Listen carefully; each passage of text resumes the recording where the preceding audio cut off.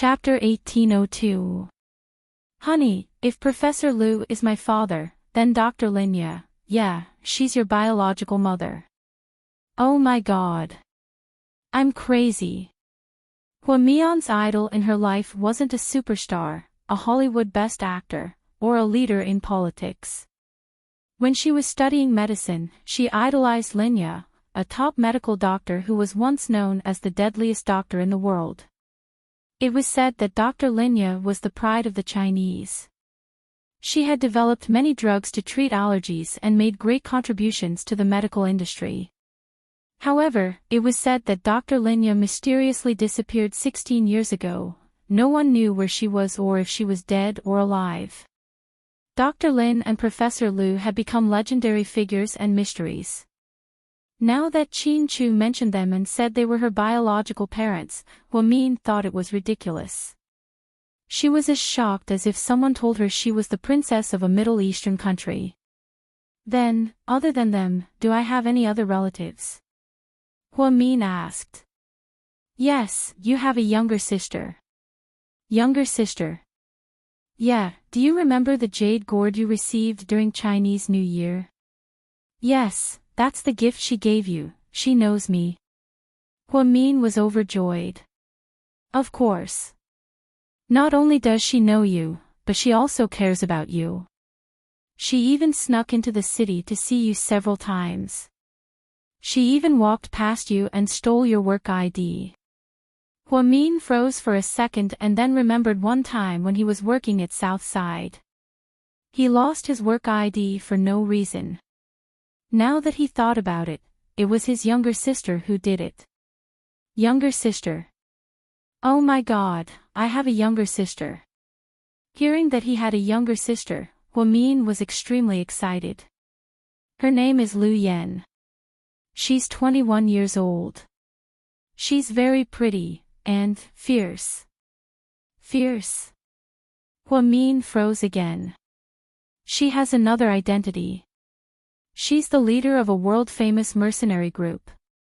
Her code name is 2nd Mississippi Mercenary Group. She is a mercenary. Qin Chu took a deep look at Huamin and explained calmly, Liu Yan, female, 21 years old, born in California. She moved to Hong Kong when she was 3 years old. Due to her extraordinary talent, she was accepted into the West Point Military Academy at the age of 15. She stayed at West Point for 3 years and graduated early. Then, she picked a few outstanding alumni and quickly formed a mercenary group. She took on countless big jobs and is worth tens of billions. She squandered money like it was water, and her marksmanship was accurate. Are you saying that my sister is a serial killer? Huamin found it hard to accept. Or maybe she's used to being hunted down. You probably don't know, but Professor Liu's situation is extremely awkward right now. Because he was framed by criminals, he was suspected by the National Security Agency.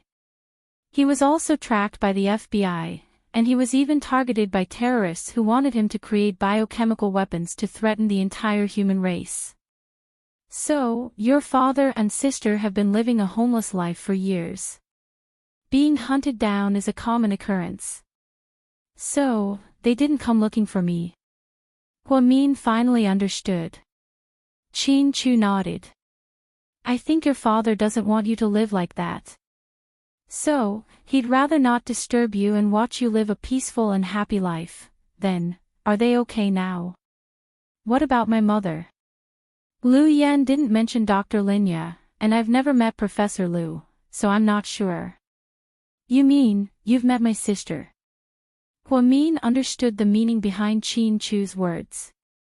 I did. 3 years ago, your sister's friend was injured and shot. The surgery was very difficult, so she went to Seattle to find me. I went to Russia to perform the surgery for that person, and I met Liu Yan in Moscow. Then, what does she look like? Huamin asked Qin Chu curiously like a little girl. Chapter 1803. She's very lively, arrogant, and domineering. She misses you too. Upon hearing this, Huamin felt an indescribable mix of emotions. It turned out that she still had family in this world. They had always been there, and they even knew about her existence. How miraculous was this? Mian, yeah. Huamin looked up. I'll let you see Lu Yen and the professor. But now isn't the right time. This is what I'm going to tell you next. I want to tell you why Hua Xiqian was able to threaten me into divorcing you. Yeah, go ahead. Huamin knew that Qin Chu was very calm and steady, so he must have his reasons for saying this. The leader of the world's top terrorist organization, IOS, is Ian. He's violent and murderous, and he's very ambitious. All these years, he's been creating violence and chaos, and he's trying to make a fortune out of it. He's always wanted to capture Professor Lu because he's said to have developed a biochemical weapon that can kill people invisibly. He can invade a country without using any military forces. That's why he's been chasing after your father all these years. Your sister learned how to protect herself at a young age and traveled around the world on her own. Ian's family is very powerful, and his younger brother, Nalo, is the godfather of Germany's biggest mafia. The reason Hua Xiqian knows so much is because during the 6 years he was in Germany, he was very close to Nalo and had some contact with Ian. You're saying Hua Xiqian knows that psycho-terrorist? Huamin was shocked. Not only do they know each other, they have a very close relationship. Otherwise, how would he know about your identity? But I'm very grateful to Hua Xiqian, grateful to him. Hearing Qin Chu's words, Huamin was completely confused. Yes, I really want to thank him. If he didn't keep it a secret, your identity would have been exposed a long time ago. Do you know that Ian has been investigating your whereabouts all these years, investigating me? He knows about my existence. Huamin was dumbfounded again. He felt that this matter involved a lot of people. He knows that the professor has a daughter in China, but he hasn't been able to find her. So, I think that Hua Xiqian must have done something. Otherwise, with Ian's efficiency, he wouldn't have delayed it until now. Won't Hua Xiqian suspect him for doing this? That's why he's so powerful. His relationship with those people isn't that simple. Anyway, the professor and Lu Yen didn't dare to come to you because they were afraid that your identity would be exposed. Unlike Lu Yen, you're not the kind of person who lives on the edge of a knife. Once your identity is exposed, you'll be in great danger. So that's how it is. I finally understand now. The doubts that had been in his heart all this time were finally revealed. Back in the day, Hua Xiqian had threatened Qin Chu because of this. As long as Qin Chu revealed Huamin to Ian, Hua Xiqian would be in trouble. Then, Huamian was basically dead. No wonder Qin Chu was so scared. But don't worry. After I deal with Hua Xiqian, I'll think of a way to deal with Ian. Remember, in this world, I won't let anyone hurt or threaten you. I'll definitely reunite you with the professor and fulfill your wish. Qin Chu said seriously, word for word. Chapter 1804. Huamin felt tears welling up in her eyes. All these years, Qin Chu was the only one who would always put himself in her shoes and think for her.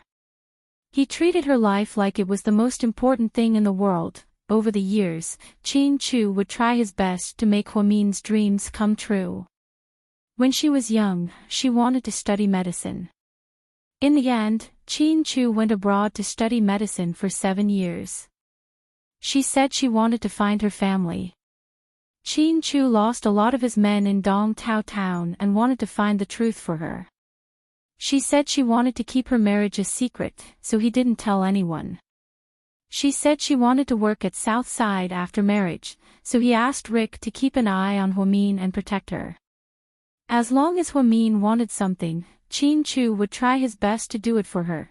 Mr. Qin was never good with words, but he would always use his actions to prove how much he loved her. This was Chin Chu, the man Huamin loved deeply for many years. When they were young, he was calm and collected. He didn't show his emotions on his face and always had his own ideas. About Professor Liu, honey, let's not talk about them. I know they're not in danger, so I'm not worried anymore. You just came back, so get some sleep. Don't be so tired. So, madam, are you inviting me? Chin Chu looked at her gently. Huamin's face immediately turned red. Honey, your face is so red. Are you thinking the wrong thing? What? I'm not. Don't measure the heart of a gentleman with your own yardstick. Huamin was furious that Chin Chu saw right through her. She laid on top of Chin Chu and played around with him. Chin Chu grabbed Huamin's hands with both hands and flipped her over. Their eyes met. At such a close distance, their eyelashes were almost touching each other. Huamin felt her heart race. It was as if she had returned to the time when they first got married. Even though I can't wait to eat you up, but I want to hug you for the whole night. Then, Chin Chu gently kissed Huamin's forehead. Good night, honey, good night, honey. Huamin's heart was filled with warmth. She nestled in Chin Chu's arms, tightly holding his hand, and then fell asleep. Midnight, Huamian was extremely thirsty. She opened her eyes and was about to get some water when she was startled. She noticed that Chin Chu was sitting beside her, quietly watching her. Why aren't you asleep? I don't, silly. You'll have time every day.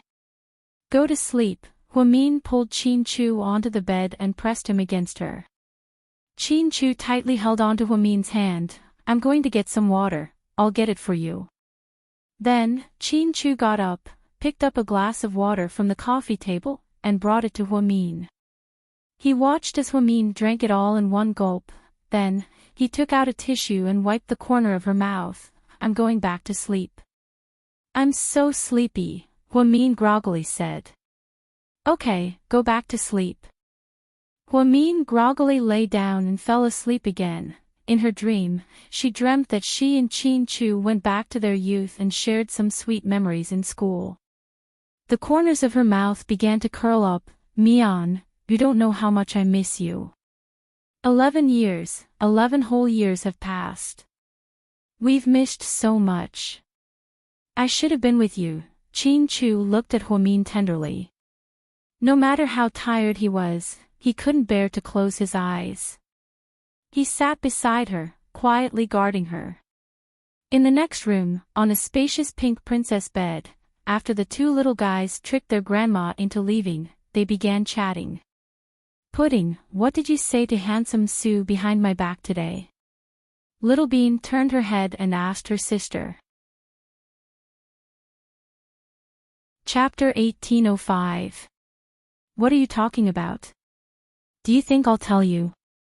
Come on, don't be so naive, Pudding said in disdain. You're so annoying. There are so many men in the world. Why are you trying to steal handsome Sue from me? We're sisters, Pudding pouted, feeling very unhappy. Pudding turned her head and looked at Pudding. Are you kidding me? Chin Moo, I should be the one saying that. I met handsome Sue first. Nonsense. We're twins. We were born together. So, we met handsome Sue together, Pudding emphasized. Come on, use your pig brain. I'm the older one. I was born a few seconds before you, okay? Pudding, what's so great about being born a few seconds before me? We don't even know who handsome Sue likes. But seriously, let's stop arguing. I think Daddy's return this time is a big blow to handsome Sue. Pudding lowered her eyelashes, looking very worried. Yeah. Daddy, why did you come back now? Why didn't you come back earlier or later? It's like you're going against handsome Sue. If Daddy didn't come back, handsome Sue would have proposed to Mommy today, so we almost had to call handsome Sue Daddy. Oh my god, I can't accept this. Pudding was so scared that she threw the QQ candy she was eating to the ground. It didn't work out, right? So, Daddy's return is a good thing for us, Pudding analyzed. Pudding nodded. You're right. At least Handsome Sue won't miss Mommy anymore. But Handsome Sue will be in a bad mood for a few days. Although I didn't see him cry, he must be very heartbroken, Pudding thought gloomily. It's okay. I can take him to eat Coke burgers. There's nothing a burger can't solve. If there's, we'll eat too. Pudding said happily. You only know how to eat. I really have to hand it to you. I'm eating and having a crush on Handsome Sue at the same time. Ha, I don't want to talk to you. Don't tell people you're from the Chin family. You'll lose fans. Pudding had always felt that Little Bean's IQ was obviously lower than hers, Mommy, and Daddy. Little Bean was dragging down the whole family's IQ. Who wants to talk to you? You make it sound like I can live another 100 years if I talk to you. Little Bean rolled her eyes at Pudding. The conversation between the two princesses came to an end. After Wei Liao and his family returned home, they didn't feel sleepy at all. Son, you go back first. I have something to say to your mother. Wei Liao looked at Wei Yunchu. Do you want to have sex with your mother? Wei Liao was speechless. Jiang Shaowei, Where did you hear that term from? Oh my god. For the first time, Wei Liao was exhausted by his son. Little Bean told me. Little Bean said that we kids were born because you adults didn't take responsibility, ahem. Stay away from Little Bean from now on. Wei Liao warned. How can I do that? My mom said that Little Bean will be my wife in the future, don't. We can't control such a smart daughter-in-law. Son, calm down. Wei Liao and Jiang Shaowei didn't know whether to laugh or cry. After the nanny finally took their son to bed, Wei Liao glanced at Jiang Shaowei and said, Honey, I'm going to Lord Sue's house. I might be late. Go. Drive safe. Wei Liao nodded. When he drove to Su Yu's mansion, he saw Tang Chuan's car there as well. It seemed that he was here to accompany Su Yu. After walking in, Wei Liao looked around and was slightly surprised. He asked Tang Chuan, Where's Lord Su? Chapter 1806. Tang Chuan pointed at the bedroom upstairs, but he didn't say anything. Wei Liao slowly walked up the stairs and went straight to the bedroom on the second floor. The door was open. Su Yu was lying on the carpet on the floor, his white shirt was open, and his body was exposed. He was holding the black velvet box tightly in one hand and a wine glass in the other. The red wine was spilled on the floor. Even a man like Wei Liao's heart ached when he saw how dispirited she looked. Lord Su. You don't have to persuade me, I understand, but I'm still sad, Su Yu said in a hoarse voice. After returning to the mansion, he had been drinking. His heart ached and he wanted to get drunk, but he was sober. He admitted that he was a little selfish. Although he always wanted to give Huamin without asking for anything in return, he couldn't help but be greedy and want to have her. If it weren't for Qin Chu's sudden return, he even thought that Huamin would agree to his proposal and marry him. Then, she would move in with the twins and live with him. From then on, the four of them would live happily ever after. With Su Yu's personality, he would definitely spoil the three of them. However, he forgot that Huamin and the twins were never his. They had always been Qin Chu's. He was too stubborn. In the beginning, he didn't want anything, but later on, he was delusional. In the end, he was wrong, damn it. Qin Chu, of all times, why did he have to come back now? It's been 4 years, and he only came back. Huamin had Lord Su by her side when she was pregnant, and Lord Su was by her side when she was giving birth. Now, his wife and kids are all grown up, and he's back to enjoy everything. How can he be like this? No, I have to go talk to Chin Chu. What the hell is he doing? Does he think Lord Su is a big shot? Tang Chuan was an impulsive person, and he felt bad for Su Yu. After cursing to himself, he was about to go downstairs when Wei Liao stopped him. Stop right there. Young Master Wei, don't stop me. This time, I have to stand up for Lord Su. Second Young Master Tang, can you stop messing things up? What you're thinking is nonsense. You're Lord Su's buddy, so you only see Lord Su's sacrifice, but you don't see Chin Chu's tolerance. Do you think he's willing to stay away for 4 years and ignore his wife and kids? Do you think Huamin doesn't know what kind of person Chin Chu is? When it comes to love between a man and a woman, there's no fairness, it's all about who's willing to give. Even if Lord Su is upset, we can't blame Huamin and Chin Chu. First of all, Huamin never gave Lord Su hope. He never said that he wanted to be with Lord Su. Huamin also said more than once that even if Chin Chu died, he would never marry again. Even Lord Su confirmed this himself. As for you, I didn't even have time to scold you for coming up with such a stupid idea. What kind of proposal is this? It's really wrong of you to encourage Lord Su to boldly propose. If it succeeds, everyone will be happy, but if it doesn't, how are they going to get along in the future? It's so awkward. I was doing it for Lord Su's sake, wasn't I? Lord Su doesn't need us to do it for him. We can help him with anything else, but not love. We can't help him. If Lord Su doesn't give up, he'll always be the one in pain. Because it's destined that Huamin won't love him. Tang Chuan was unwilling to give up. This Huamin.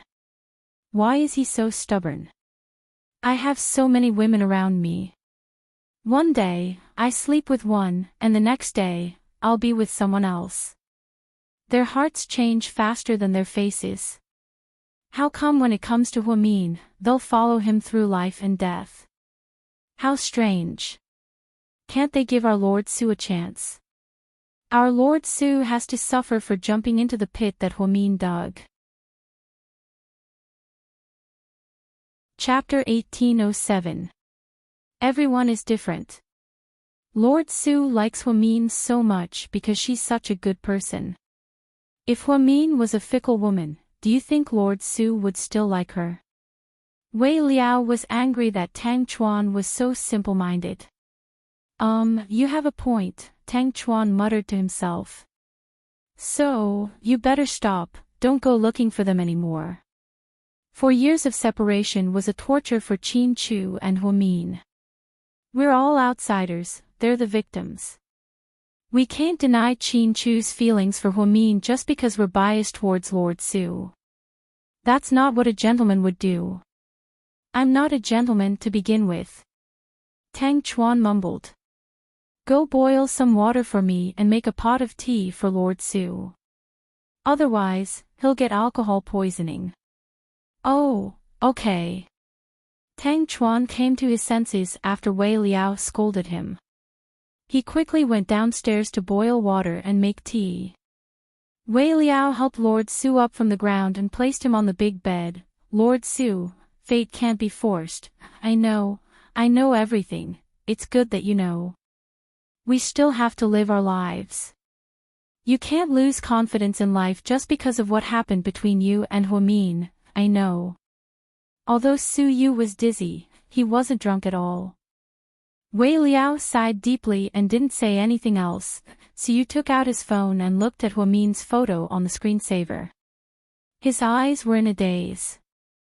Then, he opened his WeChat moments and wrote, I've heard a lot of things, but I still can't live a good life.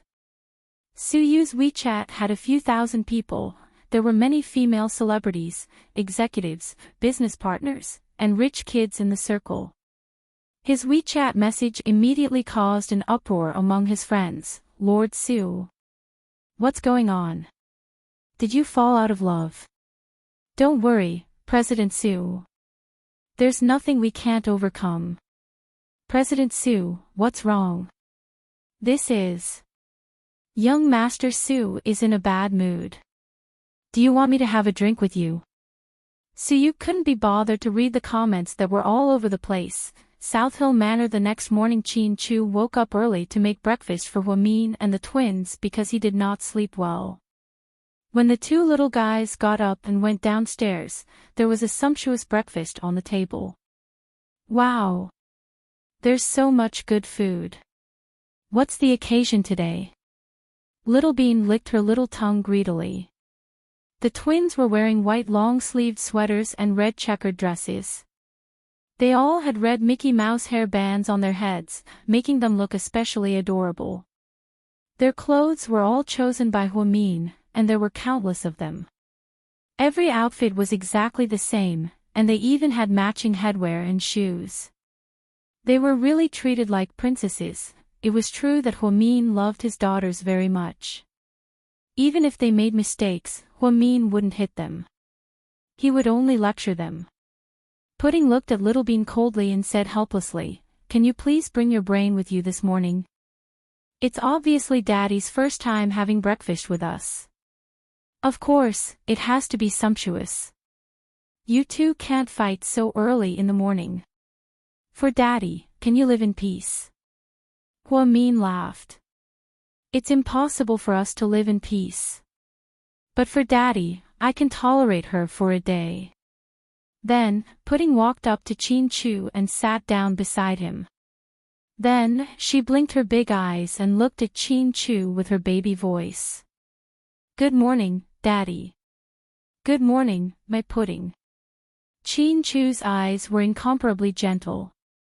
Little Bean sat on the other side of Chin Chu and asked curiously, "Daddy, how do you know she's Pudding, not Little Bean?"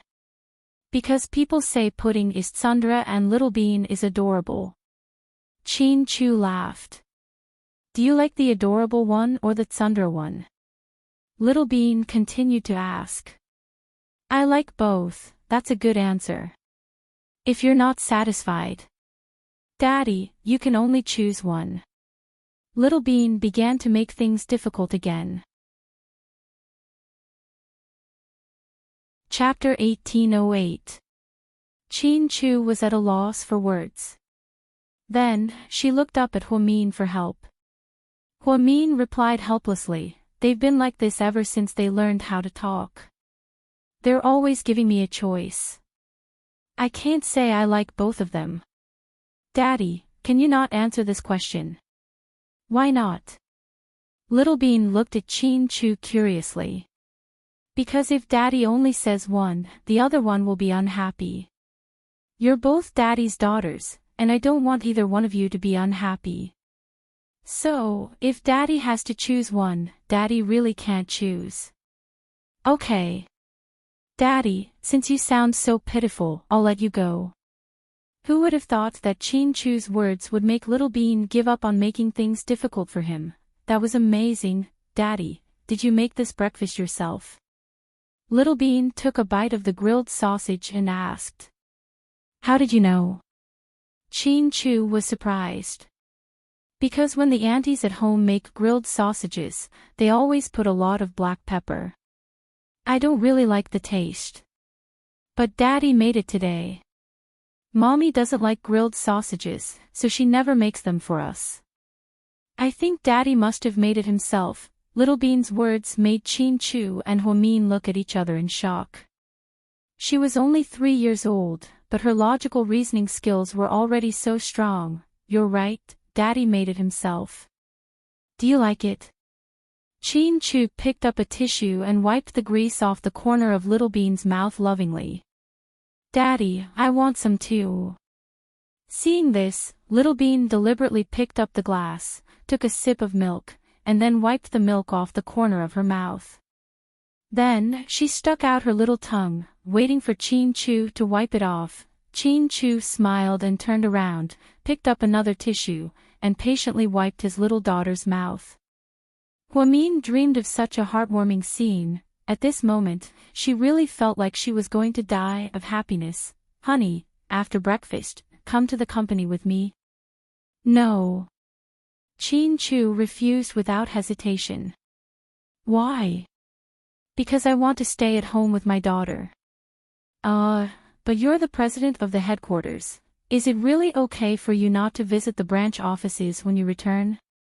Nothing is more important than spending time with our daughter. Honey, you should go to work. I'll stay at home and wash your clothes, cook for you, and take care of the kids. I'll just be a stay-at-home husband. Ha! Huamin couldn't help but laugh out loud. Pudding immediately reminded her, Mommy, can you not smile so fiercely? You'll scare Daddy away, how dare he? If he runs again, so what? Chin Chu looked at Huamin with a smile, deliberately teasing her. If you run away again, I'll take Pudding and Little Bean and marry Su Yu. Humph. Mommy, handsome Su won't take the blame for your fight with Daddy. Little Bean immediately defended Su Yu.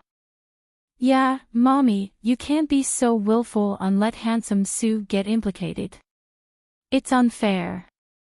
Don't drag the innocent into your flirting with Daddy. Pudding chimed in. Huamin was speechless. Did you see that? Remember what your daughter said. Chin Chu said proudly. Why do I suddenly feel like these two are betraying me?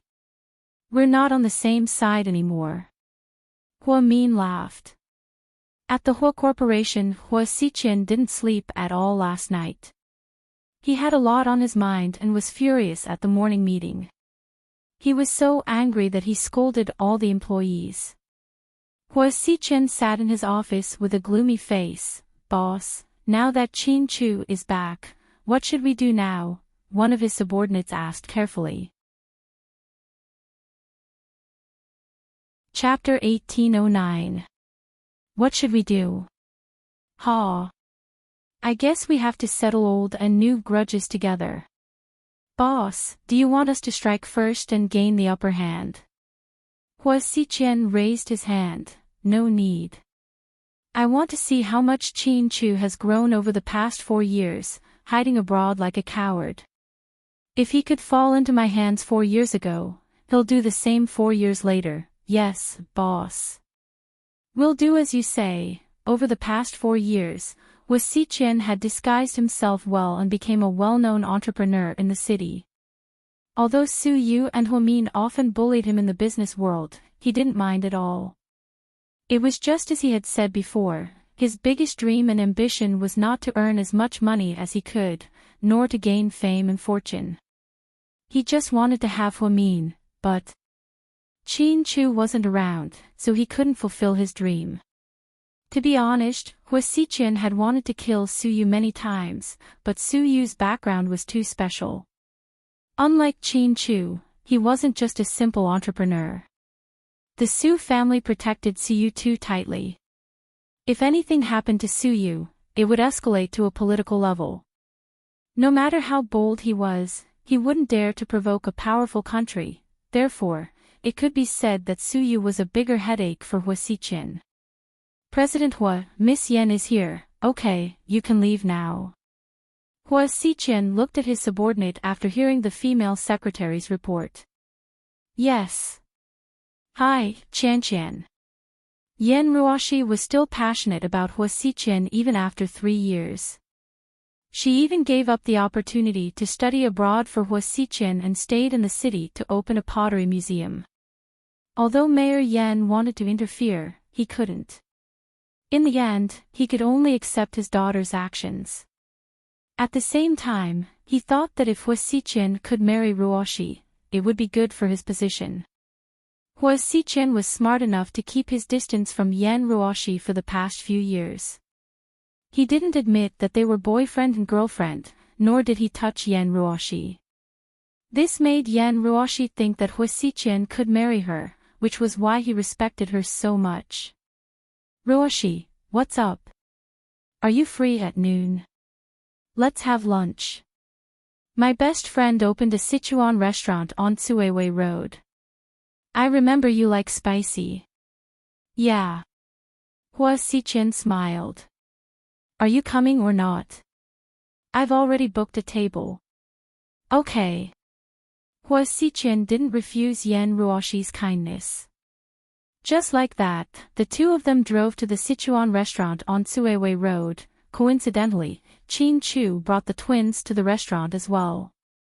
Pudding and Little Bean both liked spicy food, so Qin Chu asked someone to do some research and found that the new Sichuan restaurant here was quite delicious. Therefore, he brought the two little princesses with him. It was a silver gray Audi R8. Just like before, Qin Chu and Huamin were fans of Audi. They could afford a sports car worth tens of millions of yuan, but they only drove their favorite model, not the most expensive one. Little Bean and Pudding sat in the same seat, and Qin Chu fastened them with seatbelts. At first, young Meirong didn't think it was safe and insisted that the bodyguards follow them. However, Qin Chu politely refused. Since he dared to bring the twins out, he wasn't afraid of anything happening. In the past 4 years, he had experienced too much. Now, he was a husband who could protect his wife and a father who could give his daughters a sense of security. When Hua Xiqian and Yan Ruoshi walked in, Qin Chu and the others were walking in as well. Coincidentally, they ran into each other in the lobby. Pudding, Little Bean, come here and let me hug you.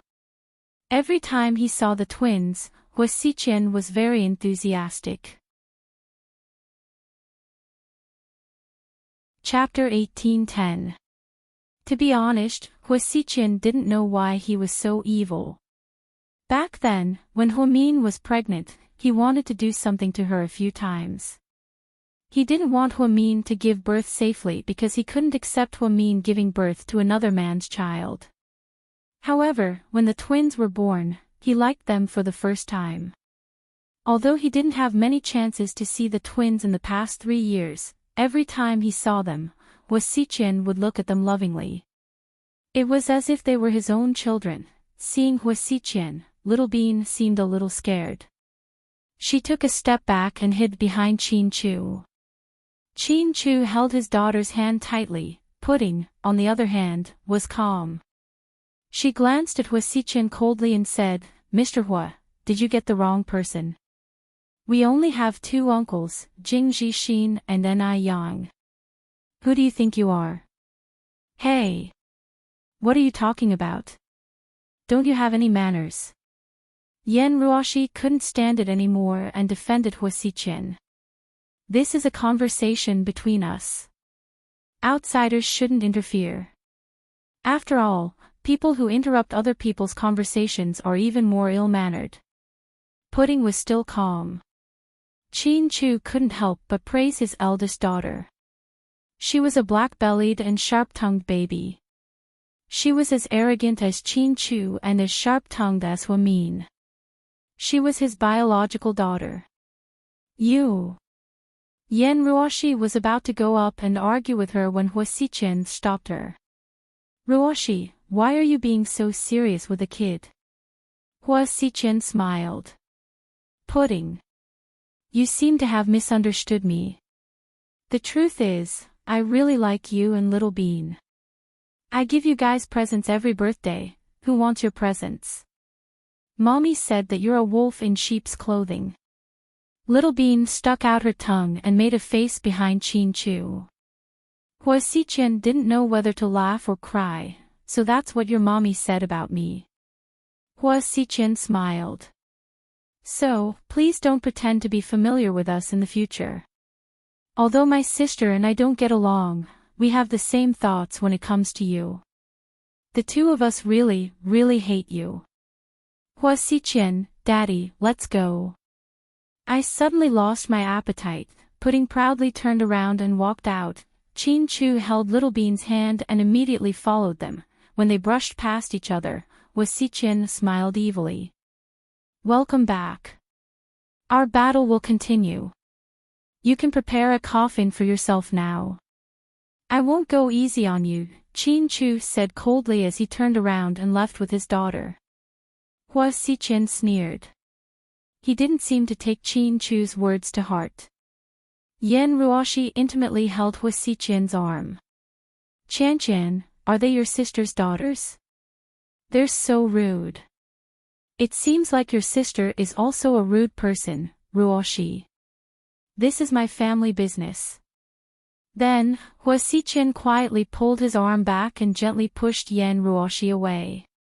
Only then did Yan Ruoshi realize that she might have said something wrong. It was strange. Every time they talked about that woman related to Huamin, Hua Xichen would get angry. Did he have feelings for Huamin? In the Audi R8, Pudding, if you and Little Bean like it, we'll go in. It's okay. Chin-Chu comforted. When I saw that bad guy, I lost my appetite. Daddy, let's go to another restaurant. Anything is fine. You decide. Pudding, Daddy wants to ask you. Who told you that he's a bad guy? Chin-Chu was curious. He didn't think that Huamin would instill hatred in his children. Chapter 1811. No one told us. Mommy would never tell us something so complicated. I heard Mommy, Auntie Lingling, and Auntie Xiaowei talking about it on WeChat. I also know that he's the reason why Daddy can't come back. Pudding explained. Little Bean immediately added, yeah. Daddy, let me tell you. That guy looks like he's sly and cunning. He's so annoying. Every year, Mommy would sell his gifts and donate the money to the kids in the mountain area. She never accepts his gifts. Mommy hates him for a reason. That's why we decided to work together to ban him together. Chin-Chu suddenly felt like he was raising two daughters. Did they have to have such high EQ? Daddy. I'm a little hungry. Why don't you take us to Oaxayan's ramen for a bowl of noodles? Little Bean said pitifully as she rubbed her belly. Oaxayan's ramen. Do you guys go there often? Chin-Chu was surprised. Of course. Mommy goes there once a month, rain or shine. We're used to it. To be honest, the noodles there aren't that good. But we don't want Mommy to be disappointed, Little Bean said honestly. I told you, Mommy doesn't eat noodles. She eats feelings. Can you stop nagging? Pudding looked at Little Bean unhappily. The battle between the two sisters had begun again. In the end, Chin-Chu really did drive the girls to Oaxayan's ramen. When the owner saw Chin-Chu, he froze for a second. Then, he smiled warmly and said, Mr. Chin, you're back. Yeah. Chin-Chu nodded. You've changed a lot in the past few years. I watched you and your wife go from being students to working. Then, you got married. Now, your kids are all grown up. What a happy family. Thank you, boss. 3 bowls of ramen with extra beef. Thank you. Chin-Chu found a seat that he often sat at with Huamin and sat down with the two sisters. Seeing that the place hadn't changed at all, Chin-Chu's heart was filled with gratitude. He knew that Huamin didn't come here to eat ramen, she came here because she missed him. His wife turned out to be as stubborn as him. Just then, Little Bean muttered, I don't think Mommy came here because she wants to. Maybe it's because we don't have to pay to eat here. After all, I heard that Daddy saved a lot of money here. It's enough for the 4 of us to eat for decades. Chin-Chu was speechless. If Mommy hears this, she'll be shocked to death. Pudding looked at her sister helplessly. You too. You're so weird. You have so many ideas. Chin-Chu looked at his 2 daughters dotingly. He took out a scarf from his handbag and put it on each of them. She was afraid that the noodles would stain Charm's flowery dress. Pudding thought for a moment and looked up at Chin-Chu. Daddy, I have a very serious question to ask you. Ask away. Wait, let me interrupt. Daddy, you have to be careful. Pudding's questions are usually difficult to answer. You better be prepared.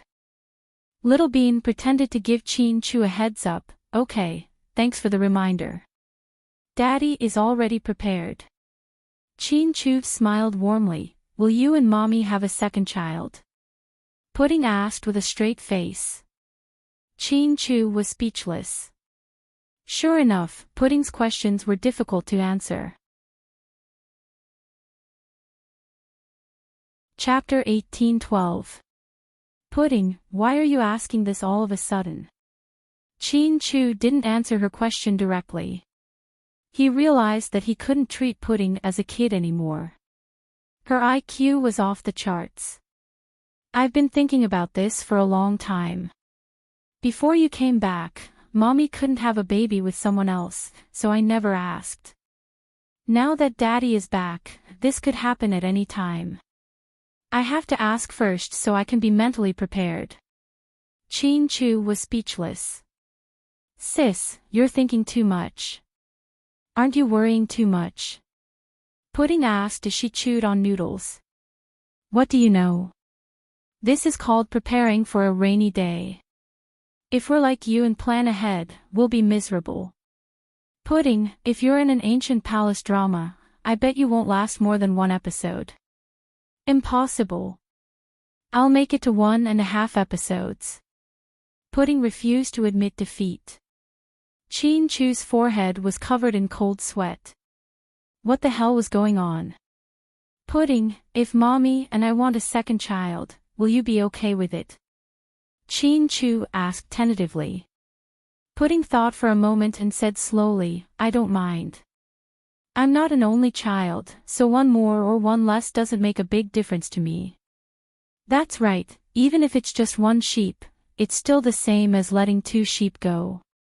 We don't mind having one more sheep at home. But Daddy, if we don't mind you giving birth to a younger brother, will you mind us teaming up to bully him? Pudding asked. Chin-Chu was speechless again. These 2 kids were really smart, weren't they? They said they didn't mind their parents having a second child, but they didn't want their parents to mind them bullying their younger brother. Oh my God, what kind of logic was this? Daddy, why aren't you saying anything? Is this a hard question to answer? Pudding asked. No, Daddy was thinking. I don't have the final say in having a second child. It's up to your mommy. Plus, it's not easy to have a baby. You can't have one just because you want it. It depends on fate. Didn't Mommy go through a lot of trouble to get you 2 pregnant? So, it's still too early to say anything, Chin-Chu explained patiently. So, Daddy, you haven't answered my question yet. Pudding refused to let go. Ahem, Pudding, to be honest, Daddy wants to have more children. After all, I love your mommy so much that even a football team isn't enough. But it depends on the situation. If Mommy's body doesn't allow it, Daddy won't let her suffer again. What do you think? Okay, you pass, but, if you have a younger brother or sister in the future, Daddy can't be biased, right? If Daddy favors the little one, we'll be unhappy. If we're unhappy, the consequences will be very serious. Little Bean threatened her father. Chin-Chu didn't know whether to laugh or cry, but I don't have to worry. With my IQ, I won't lose to any younger siblings. Pudding was very confident in herself. She believed that even if she gave birth to a few younger siblings, she wouldn't be left out. Does IQ have anything to do with who Daddy and Mommy like? Funny. What's important is who's more attractive, right? It's hard for people not to like a cute girl like me. Little Bean began to be narcissistic. Chapter 18:13. Babies, it's time to eat the noodles. Otherwise, they'll get cold, Chin-Chu reminded them out of kindness. However, he thought that taking care of children wasn't easy. He originally thought that the twins were easy to coax. He thought they could eat, drink, and have fun. However, he didn't expect the twins to say such shocking things. His sister, in particular, would ask him difficult questions all of a sudden, and he had to answer them with trepidation. He was afraid that he would make his daughters unhappy if he said something wrong. In the past 4 years, Chin-Chu felt guilty towards Huamin. However, he knew that Huamin understood him, so he could slowly warm up to him. However, the twins were strangers to him, so he was eager to bond with his daughters. He didn't expect it to be so difficult. "Daddy, is there something on your mind?" Pudding glanced at her father and asked. "No. Liar. Your eyes seem to be telling me that you're deeply worried." Chin-Chu was speechless. "Daddy, what are you unhappy about?" "Tell us and make us happy," Little Bean added. Chin-Chu was speechless. "Daddy, don't listen to Little Bean. She's just teasing you. Tell me what's on your mind. I can help you." "Pudding. You're still a kid. There are many things you don't understand. For example." Pudding looked at Chin-Chu warmly and continued to ask. "Daddy, you just came back and have a lot of things to deal with. When I think about those things, I have to be careful. Daddy, you're worried that we haven't been by your side for the past few years, so our hearts are with Handsome Sue, right?" Pudding hit the nail on the head. Chin-Chu's eyes widened as he stared at his 3-year-old daughter, unable to utter a single word. How did the kid know? Then. "Pudding and Little Bean, do you like Daddy more or Uncle Sue more?" Chin-Chu didn't want to be so low and ask such a stupid question, but maybe he was infected by his daughters and wanted to ask a multiple-choice question. In fact, he was quite worried when he asked the question. He was afraid that the 2 sisters would say that they liked Suyu, or that their answers would be too official. If that happened, he would definitely feel a little disappointed. "Oh, if that's the case, Daddy, don't worry. We don't have the same feelings for Daddy and Handsome Sue. We can't compare them," Little Bean said as she sipped her soup. "How different?" Chin-Chu patted Little Bean's head lovingly. "Pudding, you tell me. I'll drink this soup first." Little Bean pointed at her sister. He threw the question to Pudding. Pudding pondered for a few seconds and replied, "Daddy, if I tell you, you can't get angry." "Daddy won't." How could he bear to get angry with you guys? Chin-Chu's guilt towards Huamin and his children over the past few years had made him make up his mind. Even if the 2 sisters burned down the villa for fun, he would not have the heart to get angry.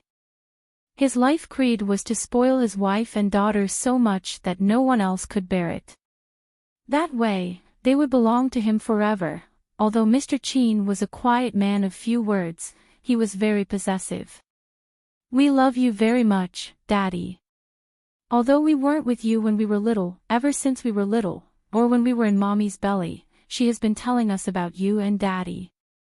Now, we've heard so much that we can recite the story of how you 2 met and fell in love. We also know that Mommy and Daddy love each other very much. We also know that Daddy loves us very much. You were forced to leave us because of a lot of helplessness. So, we treat you as someone as important as Mommy.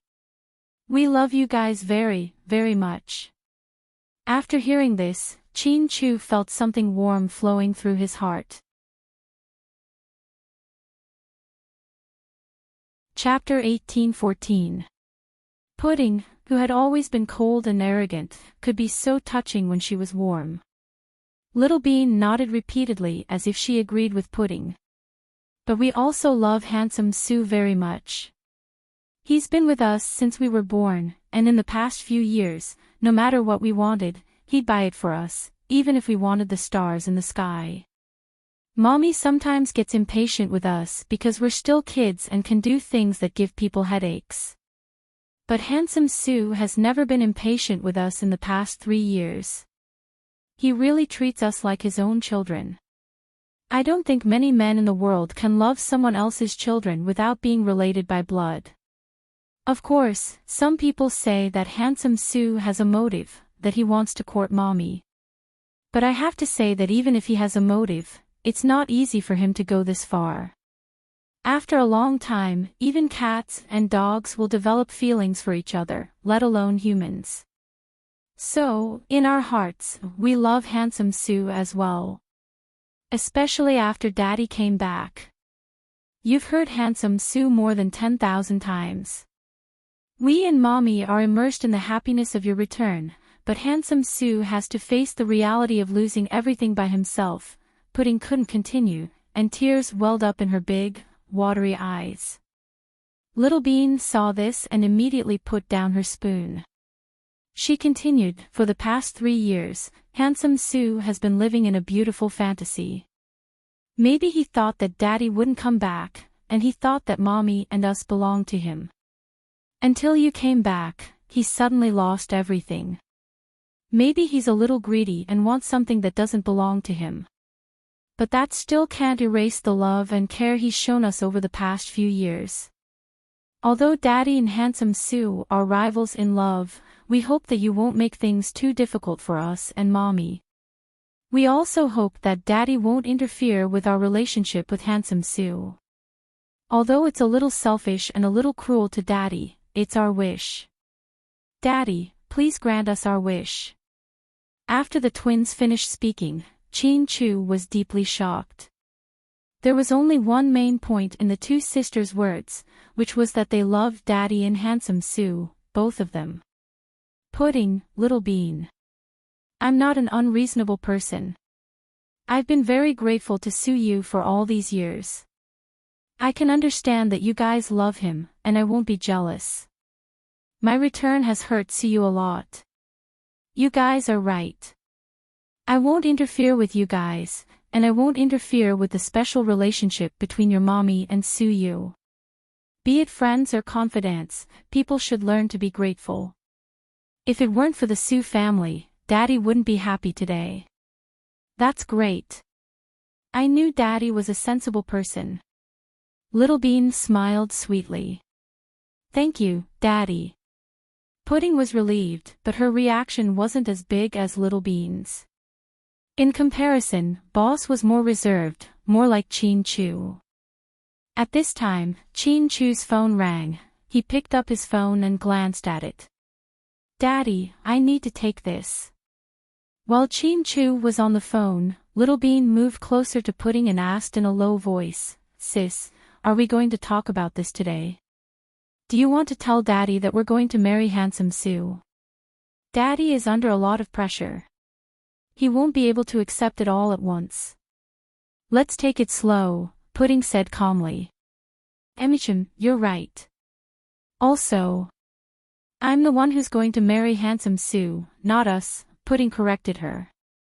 Damn it. How can that be? I want him too, I don't care.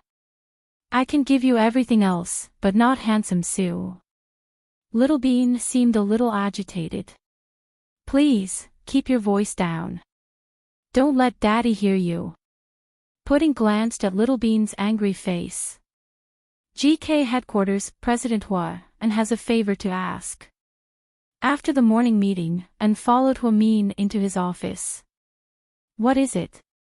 Hua Min looked up at An. Chapter 1815. And hopes that President Hua can visit President Sue. Hua Min was speechless. Ever since President Hua's husband came back, President Sue has been in a bad mood. He hasn't been to the company for the past few days. I think it must be a big blow to him. In the past few years, he's treated you and the twins as his family. Now that he's suddenly lost so much, I'm afraid he won't be able to pull himself out of it. After all, this is a big blow to him. About this, I will. Don't worry, I won't leave him in the lurch. In fact, even if An didn't say anything, Hwa-min wouldn't leave Suyu in the lurch. Even though he had told Suyu everything that day, Hwa-min didn't want to leave him in the lurch. However, Hwa-min knew that even though everyone understood the big picture, it wasn't as simple as giving up something. And had been by Hwa-min's side for 3 years. He had gone through life and death with Hwa-min, so they had a deep relationship. However, he still cared about his old master. Therefore, he, who had always been a man of few words, actually took the initiative to ask Hwa-min to visit Suyu. It was truly rare. Thank you, President Hwa. You don't have to thank me. And, you've been by my side for the past few years. It's really been hard on you. It's nothing. It's what I should do. You've been by my side, protecting us, and helping us so much. I'm very grateful, but I don't think I can be a burden to you guys now. I wanted to talk about this after I was done with work, but since we're here today, I'll be direct. I hope you can return to Suyu's side and accompany him, and protect him because to him, you're no longer just a bodyguard and assistant. You're more like a confidant, a friend. Then what about you? And frowned slightly. I still have Bella. I'll make other arrangements to protect me. I think Suyu needs someone by his side right now, then, you should talk to President Su. Otherwise, he won't let me go back. Shaoan had said that he wanted to go back, but Suyu didn't let him. He was worried that Hua Xichin was up to no good. Okay, I'll go back and talk to Suyu alone. Alright, I'll leave you to it then. President Hua, I'm going out. Okay. Hwa-min nodded. After and left, Hwa-min picked up his phone. She opened her WeChat moments and looked at the status that Suyu had posted last night. I've heard many great truths, but I still can't live a good life. Hwa-min looked at this post and suddenly felt very sad. Such decadent words were not Suyu's style at all. He was so sunny, so high profile, and always full of confidence. She had everything she wanted. She was in a high position and had money. However, such a person with looks, status, power, and money, lamented that he had not lived a good life. He didn't want to leave anyone else a way out. Then, Hwa-min sighed slightly. It seemed like she really had to find time to visit Suyu. She couldn't let him continue to be so depressed. At this moment, her phone rang. It was a video call from Chin Chu. Chin Chu was using the same number as before. Hwa-min's heart warmed up at the familiarity that she hadn't felt in a long time. Honey. The moment she saw Chin Chu, Hwa-min instantly turned into a shy girl. Honey, have you eaten? Not yet. I had a long meeting this morning. Are you tired? No. I'm used to it. What are you guys doing? I brought pudding and Little Bean to eat at Oaxayan's Ramen. I can't believe you guys went to Oaxayan's Ramen without me. Our friendship is over. Hwa-min was actually jealous of her daughter. She pouted and looked very cute. Oh my god. I didn't know mommy had such a side to her. She's so scary. Little Bean was dumbfounded. Chapter 18:16. It's nothing strange. All women act like this when they see the man they love. Mommy is rational, but in the end, I'm still a woman. Pudding sipped her soda calmly. Okay. So mommy is also a cute girl, Pudding exclaimed. When you're free, we'll come again as a family of 4. Chin Chu smiled dotingly. Did you miss me today? As soon as Hwa-min asked, before Chin Chu could reply, Pudding couldn't sit still anymore. Mommy. You've only been apart for less than 4 hours. How can you ask that? Mommy, you're so silly and sweet when you're in love. TSK, what an eye-opener, Pudding interrupted. You too. Shut up. Don't disturb me when I'm talking to Daddy. Pudding, Pudding, Pudding, she's been very emotional lately. Pudding, is it because she got older? Pudding, unlikely. After all, she's only 28 years old. Pudding, then it's because her husband is back and she's become arrogant. Pudding, that makes sense. Then let's not mess with her for the time being. Pudding, why don't we tell her to move to Handsome Sue's place for a few days? Pudding, huh? Good idea, but you should tell her. Pudding, why me and not you? Pudding, because acting cute and kissing up to people is your strength. Pudding, you're talking as if you've never done that before. Don't pretend to be a white lotus in front of me. Be careful or you'll be slapped in the face. Huamin, are you two done arguing? Qin Zhao Zhao, Qin Moo Moo. Pudding, Mommy, calm down. Pudding, you have to be gentle in front of Daddy. Otherwise, which man can stand a tigress after a long time? It's fine if she's not pretty, but if she's not virtuous, then don't blame others. Huamin, Qin Chu, who were standing on the side, couldn't help but burst out laughing. When was the last time he was so happy? In the past, he had always thought that his wife had a sharp tongue and was very eloquent. The student had surpassed the master. His two daughters had defeated their mother in a matter of seconds. They had actually managed to drive Huamin crazy.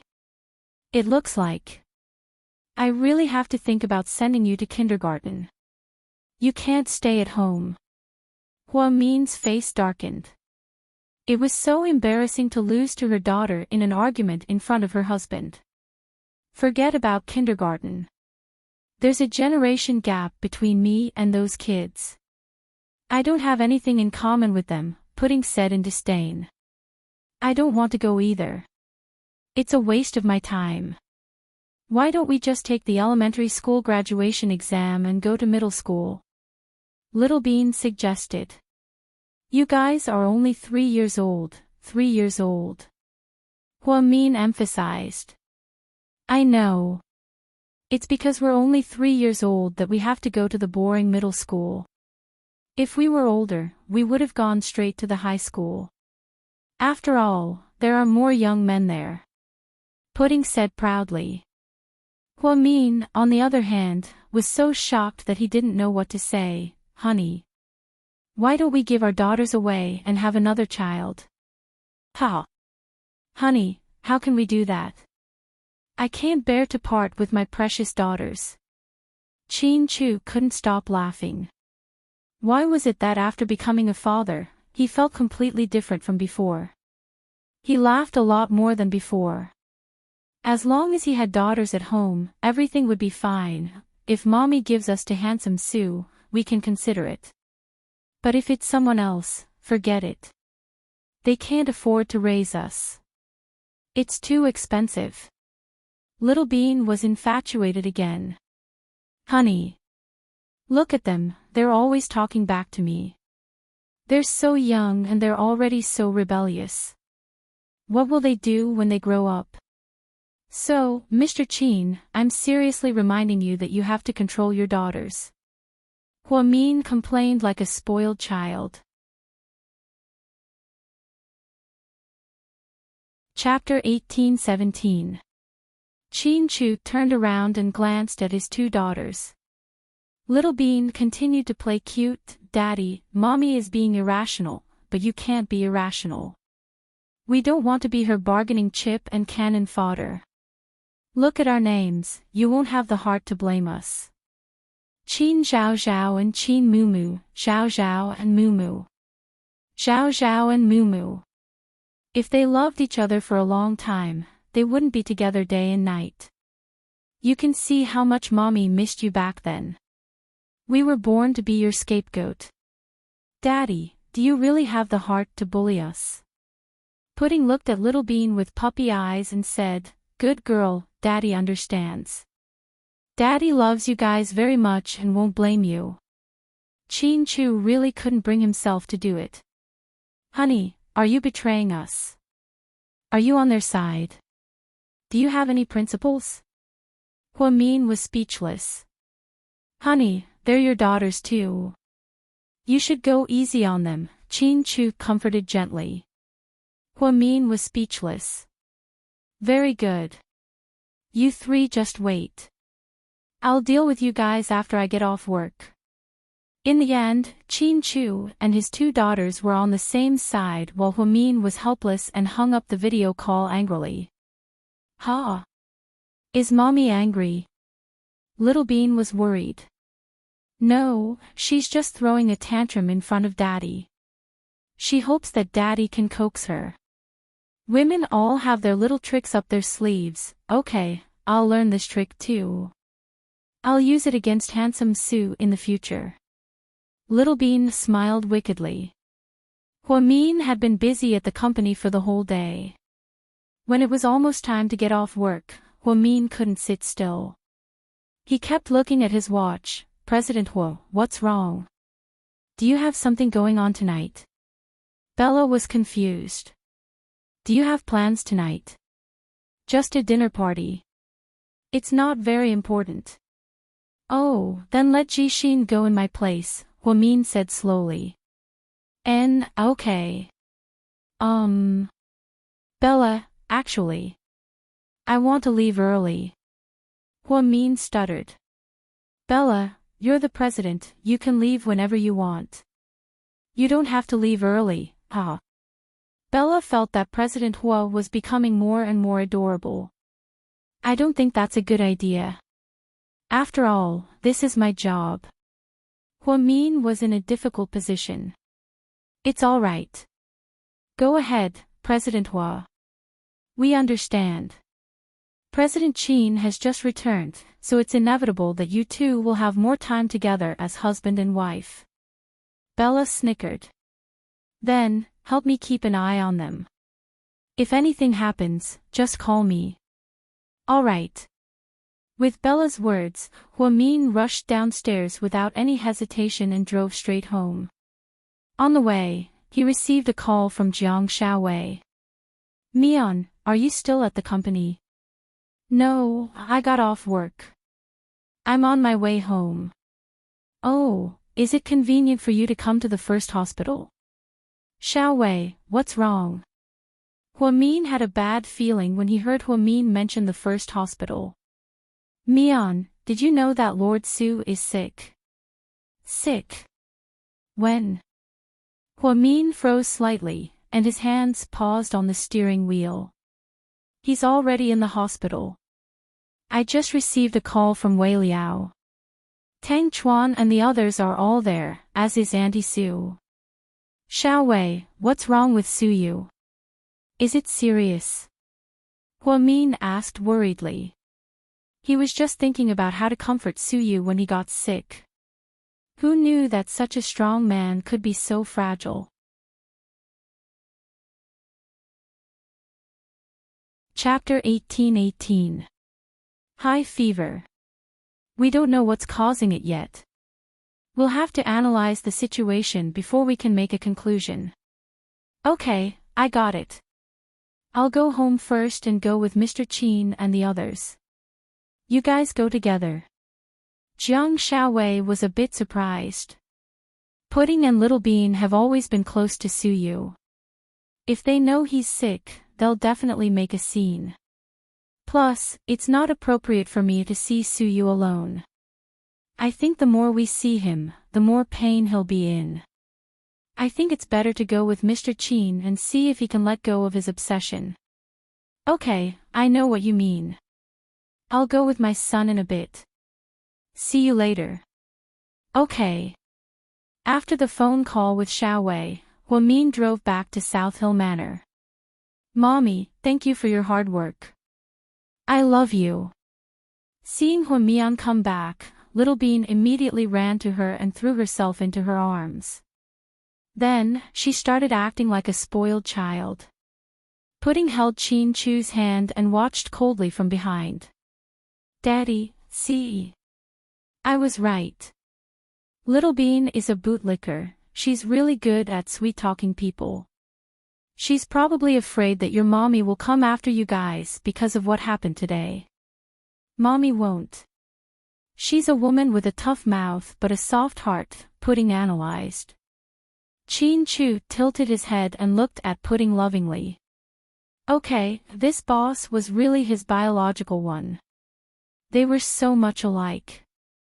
No matter what the situation was, she was always calm and collected. Honey, you're back just in time. Let's eat. Let's not talk for now. We need to go to the first hospital.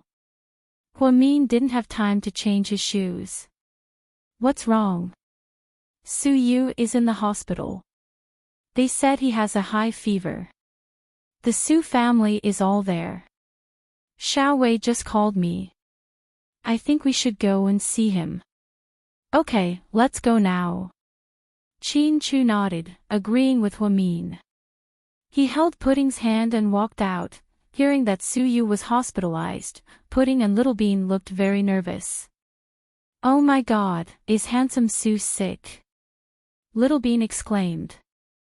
Mommy, let's go now.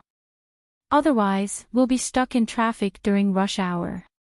Pudding couldn't wait any longer. The family of 4 left just like that because there was a limited number of people in the sports car. Therefore, Chin-Chu drove his original Maybach to the first hospital with his wife and child. Entrance of the VIP ward. Mian, you're here. Lady Su looked haggard. Grandma Su, don't be sad. Handsome Su will be fine, Pudding comforted her. Grandma Su, I've missed you for the past 2 days. Sob, sob. Let me hug you first. Little Bean continued to bootlick and act coquettishly. Lady Su liked the twins very much. She immediately squatted down, kissed one of them, and hugged the other. She loved them dearly from the bottom of her heart. Auntie, how's Su-yu? Hua-min looked worried. The test results aren't out yet. I'm waiting too. This kid is so troublesome. I always thought he was in good health. How did he become like this all of a sudden? Tang Chuan and Wei Liao went downstairs to buy water. When they came back, they saw Hua-min and Chin-Chu. Tang Chuan didn't look too good. At a time like this, Lord Su wouldn't want to see your family reunited, right? Dr. Hua, I think you shouldn't provoke Lord Su. After all, he only has one life, Tang Chuan said sarcastically. Wei Liao even mocked him, reminding him not to cross the line. Chapter 18-19. Ever since Chin-Chu came back and Hua-min returned home, Tang Chuan had been very angry. Although Wei Liao tried to comfort him several times, Tang Chuan was too straightforward and couldn't help but make sarcastic remarks. Chuan, how can you say that? Mian's family is here to visit you, he'll be happy, Lady Su corrected him. Auntie. Tang Chuan seemed very unhappy. Just then, the door to the ward opened and the doctor who examined Su-yu walked out. Doctor, how's my son? Lady Su immediately went up and asked. Young Master Su's condition has stabilized. It's not a big problem. It's just that he hasn't been eating and resting well recently, which caused his immune system to drop rapidly. We've already given him an injection to reduce his fever and he's on a nutrient drip now. You can go in and visit him now. Okay, thank you, doctor. Then, Lady Su led everyone into the ward. Su-yu was slowly waking up. If it weren't for Tang Chuan's frequent visits to his house, he would have been in bed for a long time already. He didn't even know that he had a fever and was delirious from it. You're all here. It's just a small matter, there's no need to make such a big fuss. Su-yu forced a smile. Handsome Su. I was so worried about you. Little Bean couldn't help but cry. Then, she ran over and lay down in front of Su-yu's bed. Little Bean, don't cry.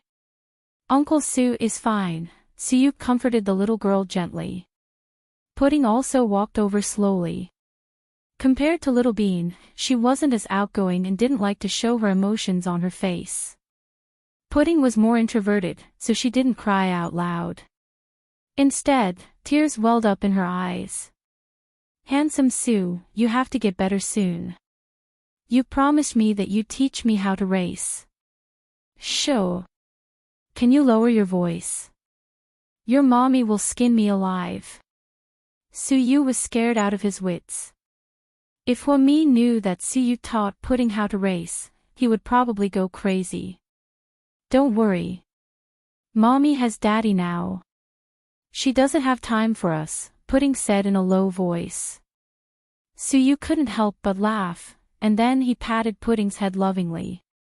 Because there were too many people, there were some things that were too embarrassing to say.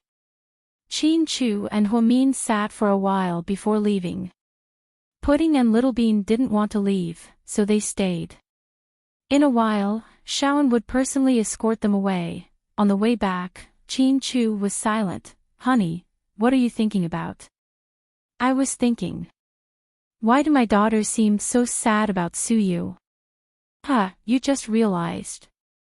Huamin laughed heartily at Mr. Chin's lack of awareness. Were they like this before? They've been like this since they were little.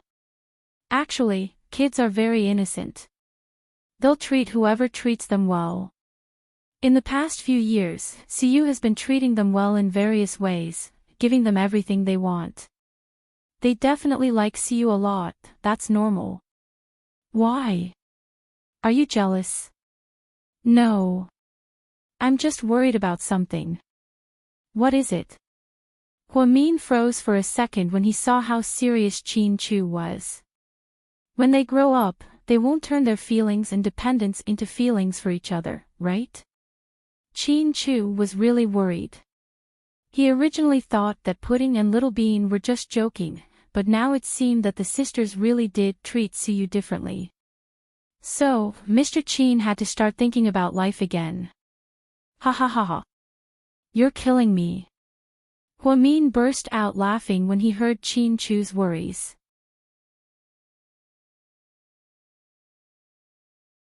Chapter 1820.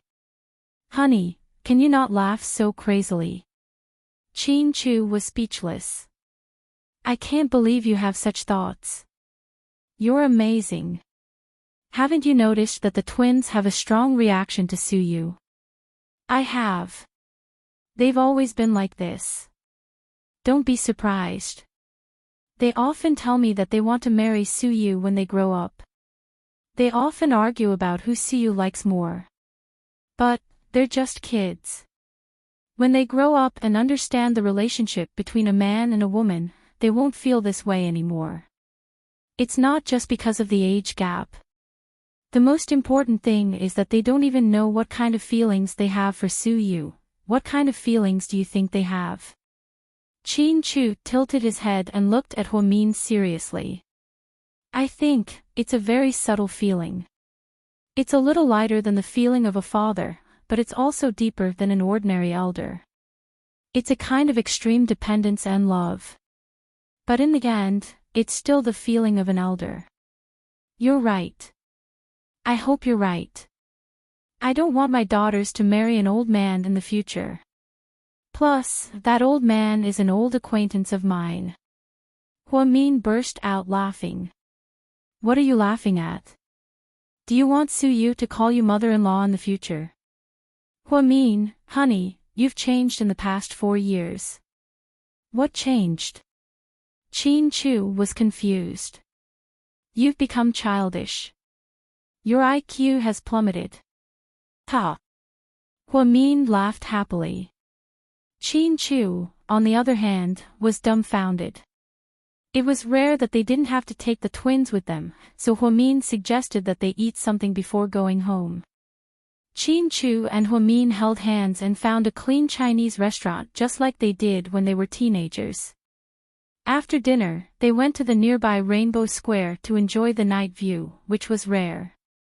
At 7:00 in the evening, the northern winter was already dark, and the cold wind was blowing gently. However, that didn't stop the enthusiastic citizens from entertaining themselves in the spacious and beautiful square. The aunties were dancing in the square, and the children were riding on the scooters. There were even small accessories, nail clippers, hair clips, and everything else that the old grandfathers and grandmothers had set up stalls to sell. Hwamin was wearing a beige cashmere coat and a light green scarf. She held Chin Chu's arm tightly. She suddenly felt that this winter was not so cold. Chin Chu was wearing a black casual jacket. He didn't look like a man in his early 30s at all.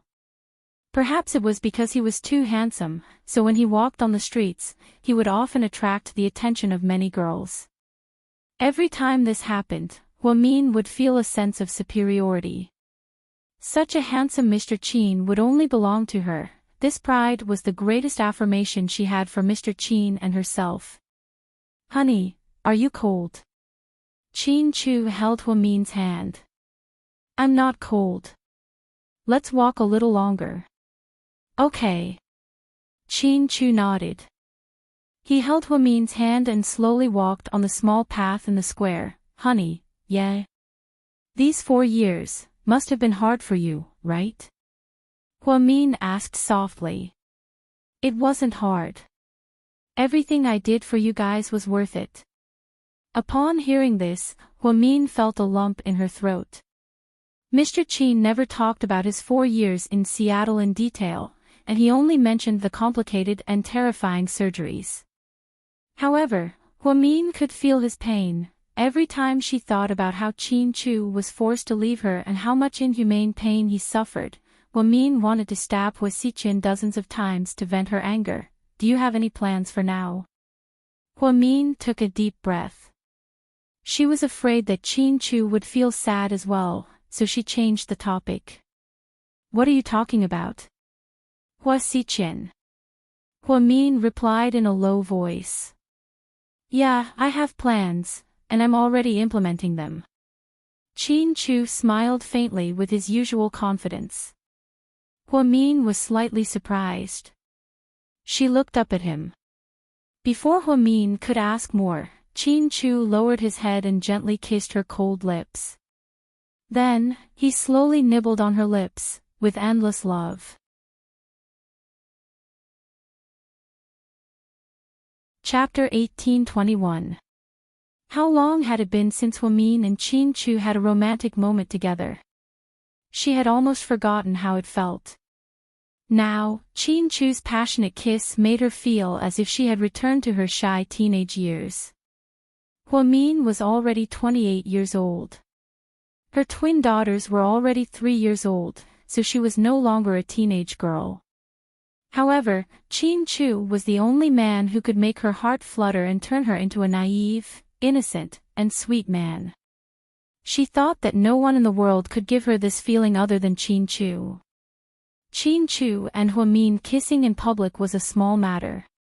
It was normal for a married couple to be lovey-dovey. The problem was, there were abnormal people following them. Over the past few years, Hua Sichin couldn't get close to Hwamin, but his obsession didn't decrease. Instead, it deepened. He seemed to want to see Hwamin's every move. He had several cabinets full of Hwamin's photos. Over the past 3 years, no matter if it was Hwamin attending meetings, attending ribbon-cutting ceremonies, business dinners, negotiating business deals, going on personal trips, or accompanying his daughters to the amusement park, Hua Sichin's people would always follow him around and take countless photos. Inside the Hua Manor, Hua Sichin looked at these photos with a gloomy expression on his face. "Boss, why don't we do it tonight? Are you brainless?" If Chin Chu wasn't fully prepared, how could he come back in time? Since he's back, it means that he's always on guard. "If you do it tonight, I can guarantee that all of us will die." Hua Sichin had always been cautious when doing things. "Yes, you're right." Hua Sichin's fingers trembled slightly as he held on to the photos. Chin Chu and Hwamin kissed in public without a care for their image. This wasn't lovey-dovey, this was cutting into his heart. If Su Yu was in pain, he could show it. But for Hua Xiqian, this was an internal injury. He had no way of showing his internal injuries. Boss. Miss Mo is here. Upon hearing this, Hua Xiqian swiftly put away the photos, placed them in his desk drawer, and stood up. Mo Shui walked in. She was wearing a strapless dress and a gray fur coat. She looked as elegant and classy as ever. Mo Shui continued to pester Hua Xiqian for the past few years, but Hua Xiqian no longer touched her. Other than occasionally fooling around with Jiang Yi, she also made a bunch of shady friends. Although they were all rich kids in the circle of rich people, they were also notorious young thugs. Compared to Su Yu and Tang Chuan, they were simply not on the same level. Mo Shui was still a celebrity under Hua Xiqian's company, but Hua Xiqian no longer supported her. He seemed to be disappointed in her. Xiqian, you don't look well. Are you in a bad mood? Mo Shui walked over with a smile. Why are you here? I missed you, we've been together for so many years. We've been together longer than some couples. You know how much I love you. Ha, don't you think it's funny that you're saying this? Ha. I'm really here to see you out of the goodness of my heart. Xiqian, you can't keep people at arm's length. Qin Chu is back, you're going to be in big trouble. He's not the type to let you go, so what? Do you think I'm afraid of him? He's just Qin Chu. I kicked him out 4 years ago. 4 years later, I'll still make sure he's unable to make a comeback. What if Qin Chu and Su Yu team up? Mo Shui asked with a smile. Do you think that's possible? Qin Chu is such an arrogant person, why would he team up with Su Yu to go against me? Hua Xiqian sneered. Chapter 1822. He knew Qin Chu too well. All these years, he had been so cold and aloof.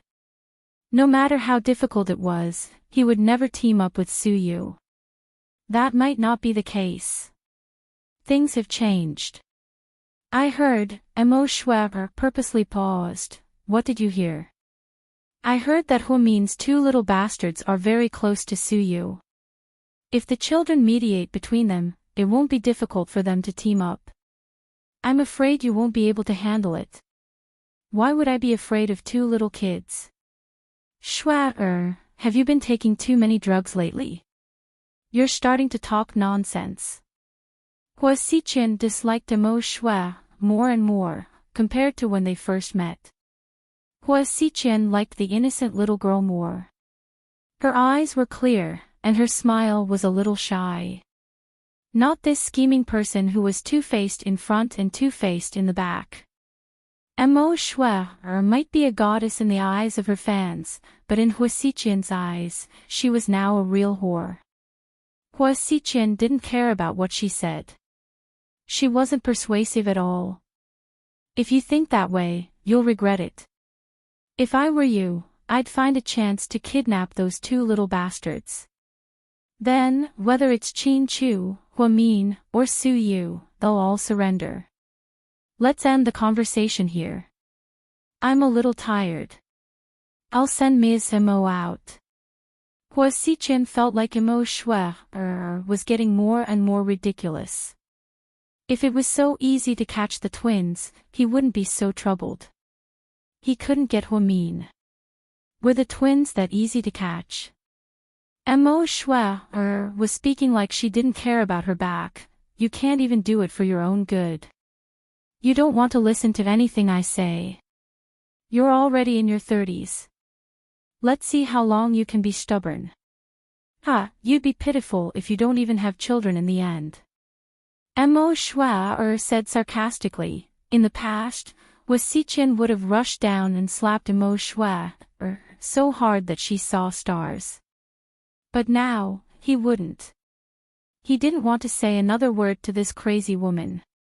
Therefore, when Hua Xiqian heard Mo Shui sarcasm, he stopped in his tracks and said without turning his head, you better keep a low profile for a while.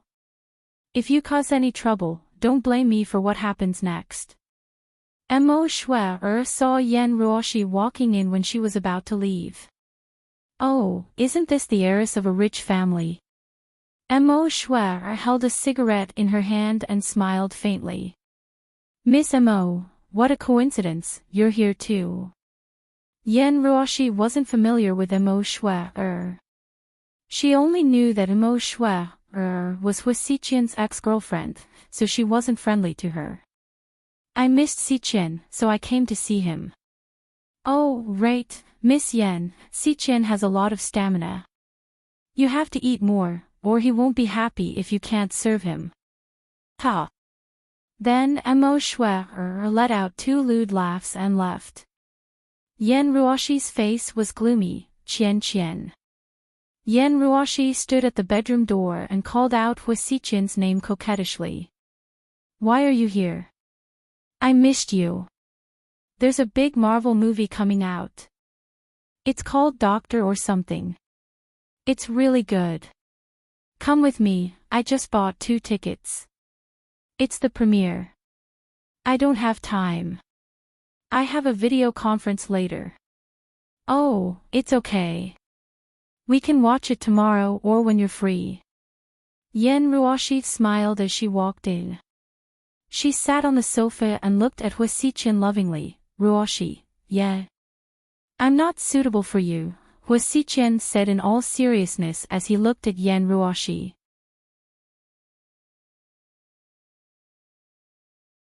Chapter 1823. If it was before, Hu Xiqian would have used this brainless woman just like he used Song Yishe. But now, he really didn't have time to think about her. He only felt a growing sense of crisis.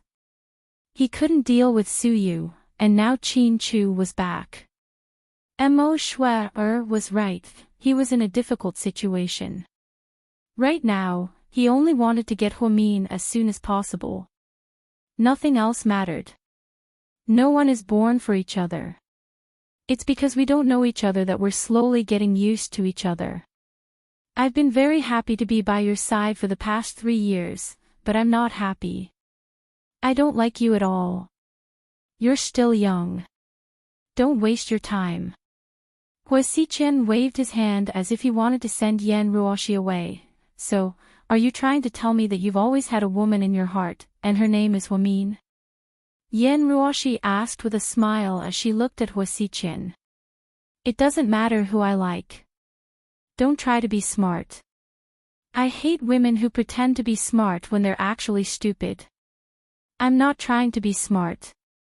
I know what you're thinking. But Qian, you have to know that Huomin doesn't love you. Plus, even if young Master Su treats her so well, she didn't even give him a loving hug after being with him for 3 or 4 years.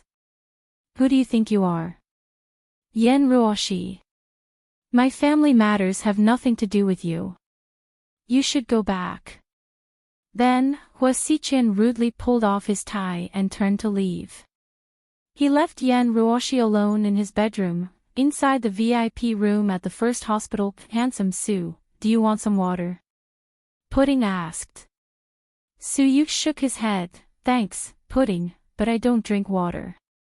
Handsome Su, do you want a piece of jelly bean? It's orange flavored. She carefully took out a piece of jelly bean from the pocket of her floral dress. No, thanks, little bean. Su Yu looked at the sisters lovingly. Tang Chuan couldn't stand it anymore. He chewed on his gum and reprimanded them. You two, don't play games here. I know you two are smart and full of stuff. Why don't you go back and persuade your mommy not to continue torturing Lord Su? He's miserable enough, really. Ever since he met your mother a few years ago, he hasn't had a good day. What nonsense are you talking about? Su Yu glared at Tang Chuan. Am I not telling the truth? That's the truth, isn't it? I'd say you're an idiot. She treated you like a spare tire. When her husband wasn't back, she kept you hanging. But when her husband came back, she immediately kicked you away. Lord Su, even if you don't feel pain, I feel pain for you. Tang Chuan was really angry. When he said this, only Wei Liao, Su Yu, and the twins were in the room. Luckily, Lady Su wasn't here, or else she would be furious. Little Bean lowered her head, thinking about how to fight back against Tang Chuan. She turned her head, glanced at Tang Chuan's face, and asked, Uncle Tang, do you enjoy meddling in other people's business? Do you know that in China, there's an old saying that goes the eunuch is more anxious than the emperor? Ha! Little girl, what do you mean? Tang Chuan looked at Little Bean, not knowing whether to laugh or cry. My sister's meaning is very clear. She means that Handsome Su is the emperor and you're the eunuch, Little Bean explained patiently.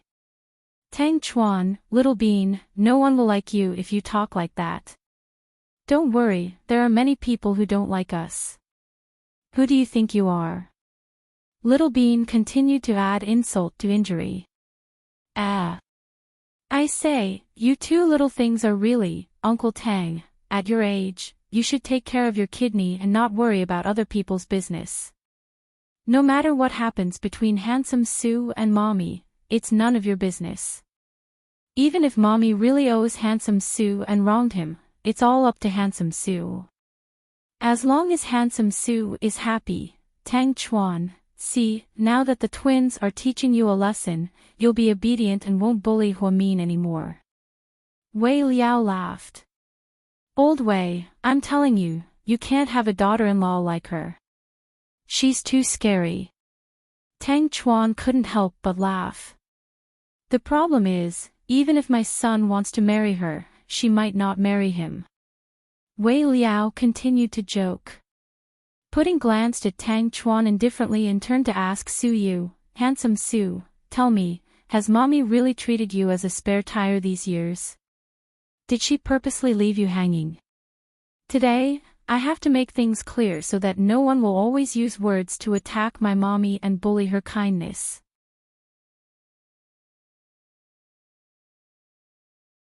Chapter 1824. Of course not. Your Uncle Su is so smart, how could I be treated as a spare tire? What a joke, Su Yu answered without hesitation. Humph. Ask Lord Su, of course he won't tell you. He's so protective of your mommy. Tang Chuan was obviously not satisfied. Uncle Wei, what do you think? Pudding turned around and looked at Wei Liao. Ha! Wei Liao obviously didn't expect to be implicated. Pudding immediately ran over and held Wei Liao's hand. Yes, Uncle Wei, you said that you're an outsider. You should be the most convincing. I think, that your mommy wouldn't treat Lord Su as a spare tire. After all, he's not even a spare tire right now, damn it. Wei Liao, are you trying to belittle me? Su Yu was so angry that he almost sat up. Ha! See, you're not even a spare tire. Tang Chuan laughed. I mean, although you're not as good as a spare tire, it's a good thing. Spare tires aren't worth much. Plus, only a car that always breaks down needs a spare tire. Huamin only has one real husband. Let's not fantasize here. Wei Liao analyzed. Uncle Wei's words are very pertinent and very convincing. There are 5 people in the room right now, and the vote is 4-1, Tang Chuan, so, Uncle Tang, please don't talk nonsense in the future. If I hear you bad-mouthing mommy behind her back again. Pudding said very slowly. Tang Chuan crossed his arms and laughed. What will you do to me? We have many ways to deal with you. Don't challenge our patience, and don't challenge my sister's psychological defenses, she's very scary. Pudding said. After Pudding said this, everyone laughed. At this moment, Lady Su came in with a nurse and changed Su Yu's for. Little Bean, Pudding, are you guys hungry? Grandma will take you to eat. Lady Su looked at the twins lovingly. Grandma Su, we're done eating. As long as handsome Sue is fine, we should go home. So soon. Grandma hasn't spent enough time with you guys. Lady Sue was reluctant to leave. Little Bean ran over and hugged Lady Sue's leg, acting cute. Grandma Sue, don't be sad. We'll come to see you later. We also have to see Grandpa Lord Sue and Great-Grandpa. You have to make us your best grape and osmanthus cake. Okay. Grandma will make whatever you want to eat. Lady Sue felt that her heart was about to melt. Grandma Sue, is Uncle An outside? Pudding asked calmly. Yes. Let him send you back. Okay. Pudding nodded. Then, she turned around and looked at Sue. Handsome Sue, get well soon. Okay, I'm fine. Don't worry and don't come back and forth. It's too dangerous. Sue was worried. Handsome Sue, if you want to eat anything, remember to tell me. I'll ask the maid to make it for you, Little Bean added. If you want to eat, just say so. Don't use Handsome Sue as an excuse. Pudding glanced at her sister helplessly. Impossible. I really care about Handsome Sue. All right, stop arguing, you two. Go home quickly. Be careful on the road. Call Uncle when you get home. Sue reminded them. Okay, we'll go now. Be good. Little Bean looked at Sue reluctantly. I'll be good. Sue smiled. Good girl, don't flirt with the nurse. Pudding said proudly and walked out before anyone could react.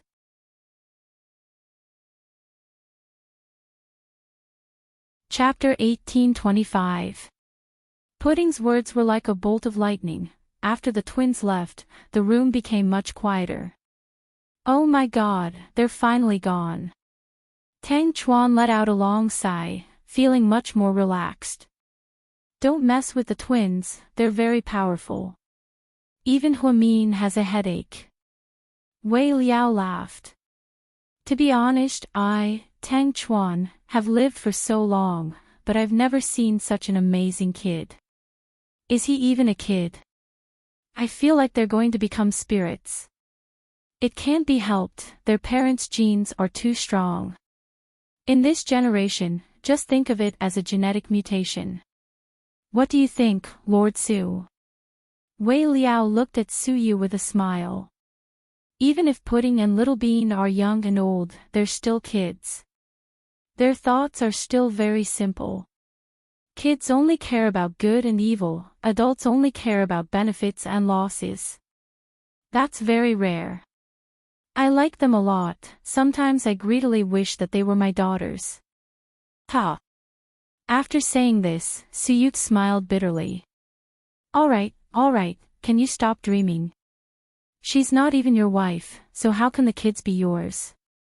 If you ask me, you should either find a rich girl and get married to her and live a normal life, or you can continue to fool around like you used to and drink with your female artists every day. Isn't that great? Why go down the path of one-sided love? Sooner or later, you'll be tortured to death. Tang Chuan began to persuade Siu again. I don't think this path is difficult. In fact, from the moment little Mian moved into the Su family until now, these 4 years have been the happiest of my life. I know I'm too greedy, but compared to Qin Chu, I'm much happier. Although he met Huamin when they were young, they separated due to various misunderstandings. Until now, they've been separated for 11 years. To Qin Chu, who loves Huamin deeply, that's an unspeakable pain. A pain that no one else can see. Ha, are you speaking up for your love rival? Tang Chuan was speechless. No, I'm just stating facts. Alright, let's stop talking about this. Did you two come here empty-handed? Didn't you bring any gifts? You guys are so rude. Suyu changed the topic. Tang Chuan and Wei Liao were dumbfounded. When the twins arrived home, it was already past 8 p.m. The kitchen had prepared desserts and snacks, and Huamin was having a video conference upstairs. Downstairs, Chin Chu's eyes. He sat between the two sisters and carefully blew on the 8 treasure longan porridge to cool it down. Then, he fed them a mouthful of pudding. "Daddy, I want one too." Little Bean's eyes immediately turned red. "Of course," Chin Chu said, "of course, of a little puppies of porridge." "Daddy, where did you and Mommy go today?" Little Bean asked curiously. "We went to eat and then went to Rainbow Square for a walk." Rainbow Square. There are a lot of aunties there. Why did you guys go there? Daddy, you have bad taste. Pudding pointed at the square. Chin Chu smiled faintly. That square means a lot to me and your mommy. We used to go there when we were young. Now, we go there for the sake of nostalgia. It has nothing to do with the environment or atmosphere. Okay. But speaking of which, Daddy, you're so handsome and have such a good family background. Mommy really isn't beautiful enough, nor is she gentle enough. Her family background is also very ordinary. When you were in second high, there were so many girls. Why did you choose her? Did your domineering mommy force you to be her boyfriend? Pudding was curious.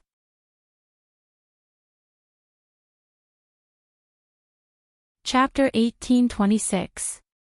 Pudding finally couldn't take it anymore. She put down her spoon and interrupted, "Chin Moo, can you grow a brain? Don't ask Daddy to answer such a simple question. It's fate who likes who, what does it have to do with looks? Mommy isn't pretty or gentle, but she's charming. That's the most important thing for a woman. If you rely on your looks, it's not wise. I don't think Daddy is a shallow man who only looks at a woman's face. Please, sis. Don't try to fool me with the stories you read in magazines and on TV. It's one thing for handsome Sue and Uncle Wei to be fooled by you. They always think that you're an old man. In fact, you're just an armchair strategist. You're just copying other people's words. It's not convincing to me. I want to hear it from Daddy himself." Pudding, for the first time, she was rendered speechless by Pudding's rebuttal. In fact, Pudding was right. Pudding always said things that adults said. Not all of them came from her own head, but she learned most of them. Sometimes, she heard from Huamin that she learned from watching TV. Other times, she would look for books to read. However, because she didn't know many rare words, she would read them out loud. In this way, Pudding wasn't that amazing. She just had a good memory and fast reflexes. Be good. Don't argue. Daddy will answer. Every time Chin Chu saw his daughters argue, he felt conflicted. Pudding looked up at Chin Chu expectantly. Actually, love is a very magical thing. It doesn't wait for you to be ready. Most of the time, when you meet someone, you're caught off guard. The first time I saw your mommy, it was on TV. At that time, I had a very subtle feeling that this woman would be my wife in the future. Wow. Daddy, you're indeed a bossy president. You're really bossy. Pudding clapped her hands to flatter her daddy. After being scolded by Pudding, Pudding's aura was completely gone. She sat on the side in silence, seeming to have suffered a big blow. I heard that you two are also very bossy. Do you often bully Wei Yunchu and Gao Buiyuan? Speaking of this, Chin Chu wanted to laugh. Huamin had already told him. Not only did they bully Wei Yunchu, who was a few months older than them, but they also bullied Gao Buiyuan, who couldn't speak. Gao Ran's son was so scared that when he saw them, he twisted his little butt and ran away. On the other hand, Wei Yunchu would often be cornered by the two sisters and forced to ask who was prettier. Just by imagining it, one could tell that it was a heart-wrenching drama. We didn't bully them. We're so kind. We love our brothers very much, Little Bean explained with a smile. Do you really love your brothers very much? Chin Chu asked with a smile. Sometimes, maybe we'll tease them, but we won't really bully them. After all, we're so close and don't want things to get too bad. We won't make things difficult for Mommy. Little Bean continued to smile slyly. At this moment, Chin Chu turned around and looked at the depressed Pudding. He immediately picked her up and put her on his lap. Pudding, don't mind Little Bean's words. You're both very outstanding and are Daddy's good daughters. Daddy, are we geniuses? Chin Chu obviously didn't expect his daughter to ask this and was slightly surprised. We've been called geniuses since we were born, so I really want to prove that I'm a genius. I heard that Mommy has a high IQ and EQ, and Daddy is also a fast learner. You can do anything well, and we don't want to embarrass you. We don't want people to say that we're not as good as you. Pudding, you're thinking too much. This isn't something you should be thinking about at your age. You two just need to be happy and safe.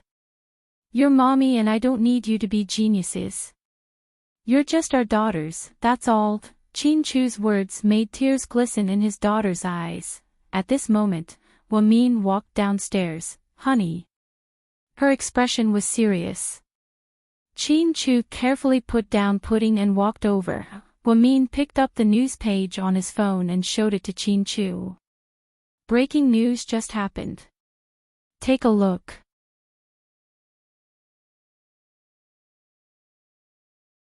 Chapter 1827.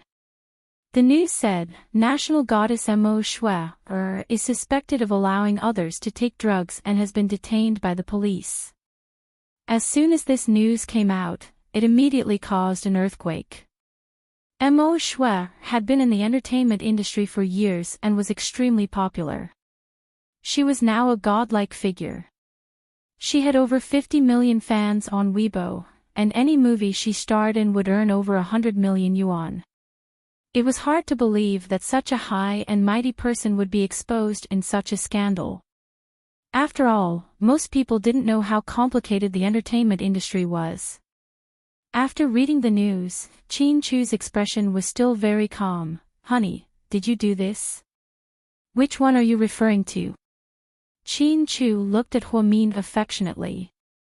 Huamian thought for a moment and said slowly, I don't think Mo Shui has been doing drugs and allowing others to do drugs for a long time, but she's been fine for a while now. Now that she's been exposed and detained by the police, it must have something to do with you. This is just the beginning. The Hua Corporation scandals will only increase. So are we going to confront Hua Xiqin head-on? Hua Min asked. Emichim, are you scared? Chin Chu looked at her gently. No. I'm not scared of anyone with you. This time, no matter if we win or lose, I will fight with you until the end. Of course, I don't think that we can't deal with that scumbag Hua Xiqin even if we work together.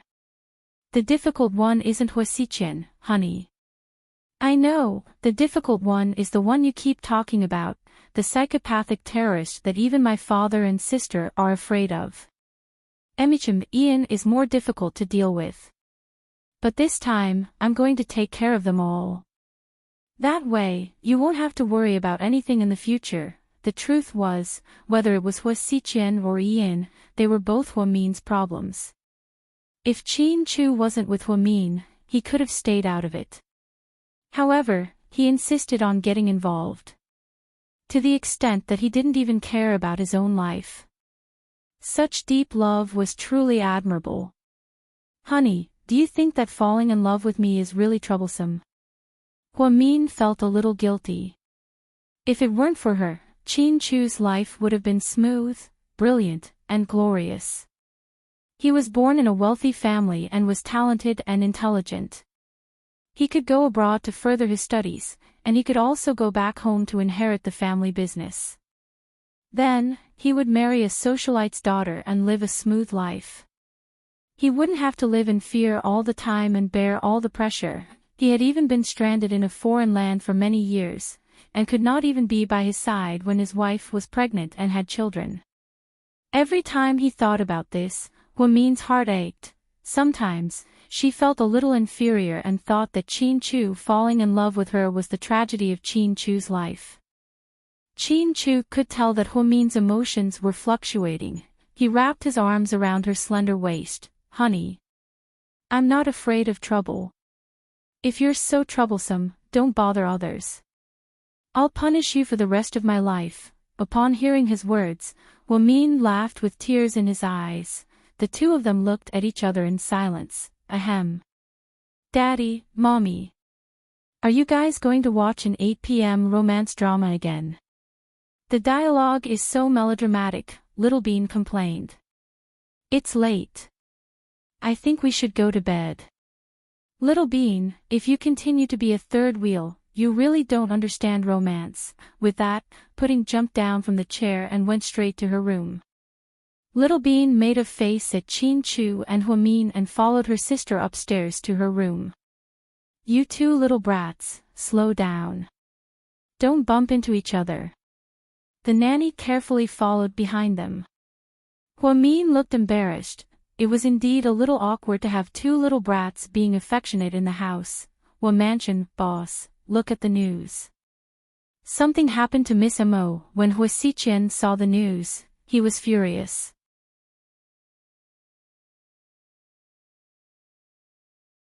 Chapter 1828. Recently, Mo Shui was working with an overseas company, and it was going to be released in half a month. The Hua Corporation had invested hundreds of millions into the project, and now that this news was out, the consequences were unimaginable. "That bitch. I told her to take it easy, but she still got into trouble. Boss. Qin Chu must have done this. What's the point of worrying about who did it? What's important is how to fix it." Hua Xiqian was so angry that he called Mayor Yan. "Mayor, did you see the news just now?" "President Hua, I was just about to call you to talk about this. What the hell is going on? How could such a mistake happen?" Mayor Yan's tone was filled with dissatisfaction. "I'm sorry, Mayor, but I think there must be some misunderstanding. Maybe a rival company is trying to smear my name. So, I hope you can help me suppress this." "How do you want me to suppress it?" The Municipal Public Security Bureau arrested him directly. The Narcotics Department received a report. Also, Director Gao's son is now the Deputy Director of the Municipal Public Security Bureau. That person is very serious. I think it would be even more difficult for me to handle this. Senior leaders all like to talk in a bureaucratic manner. Upon hearing Mayor Yan's words, Hua Xiqian immediately understood what he meant. "I understand. Then I won't bother you anymore. I'll think of something else." "Okay, hurry up and deal with this. It'll affect the whole corporation." "I know, Mayor." After hanging up the phone, Hua Xiqian was about to call the other senior leaders to get in touch with them to suppress this matter. However, one of his subordinates reported to him, "Boss, look. The Municipal Bureau just posted something on Weibo. They've confirmed the authenticity of this incident. This is going to be troublesome." Hua Xiqian's face darkened. He took out his tablet and opened Weibo. When he saw the post that the police posted, his heart sank. The police of the City Public Security Bureau wrote this, MOXX, a well-known actress, 30 years old. Due to gathering a crowd to take drugs in a villa in Dongxing Fu District, 3 men and 5 women, all of them tested positive for urine. Currently, all of them have been detained by the police. The details of the situation are still pending the next step of the trial. The City Public Security Bureau also reminds the general public that taking drugs is harmful to health. The police posted something like this on Weibo, proving that Mo Shui, was a drug user. Hua Xiqian couldn't suppress it even if he wanted to. The public opinion on Weibo was one-sided. Mo Shuai's selfie posted yesterday, and there were already more than 400,000 comments below it. Hua Xiqian opened it and glanced at it. They were all insulting her. I didn't know that the goddess was a bitch. Wow, she's a drug user, you know what? Drug addicts are the most messed up.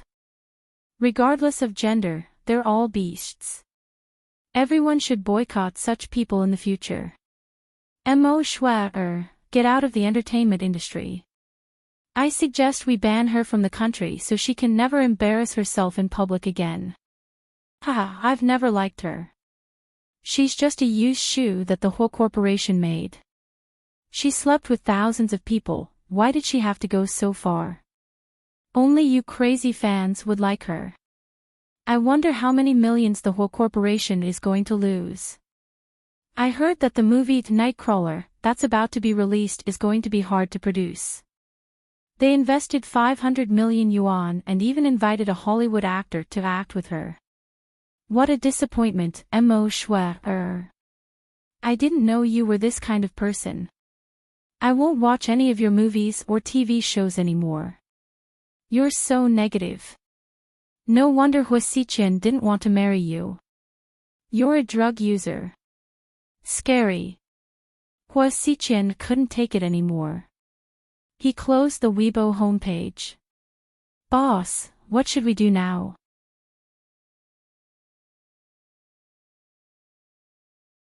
Chapter 1829. Tell the company to release a statement saying that Mo Shuai's drug use is purely personal. She's currently on vacation and everything she does has nothing to do with the company. Yes, sir. An hour later, the whole corporation's PR department released a statement. It was obvious that it was done by a team. It was a very official statement. The general idea was that Mo Shuai's drug use was her own business. President Hu didn't know about it, nor did the company. Now, Mo Shuai had no way out of this. Everyone kicked a man who was down. All the actresses who used to hate Mo Shuai, no matter how low their ranks were, all came out to take advantage of Mo Shuai's popularity. They bombarded Mo Shuai with all kinds of insults and revelations. There was so much information that it was hard to tell the truth from the lies. Jian Tong received the most attention. As Imperial Star's #1 actress, she naturally wouldn't be let off the hook by the media. Jian Tong was on her way home from supper when she was surrounded by a large group of reporters. She got out of her Rolls-Royce Phantom and walked elegantly in her 7-inch heels. Miss Jian, what do you think about Mo Shuai's drug use? I'm sorry, I don't know Miss Mo that well. I won't take advantage of her when she's in the limelight or step on her when she's in trouble. I'm sorry to disappoint you, but I really don't have any news to report. Miss Jian. Mo Shuai is now in deep trouble. No one in the domestic entertainment industry can surpass your status, right? What's Imperial Star's next step? I'm sorry, I really don't know. I'm just following the company's orders. Thank you, everyone. Surprisingly, Jian Tong kept a low profile this time. She didn't take advantage of the situation or use it as a publicity stunt.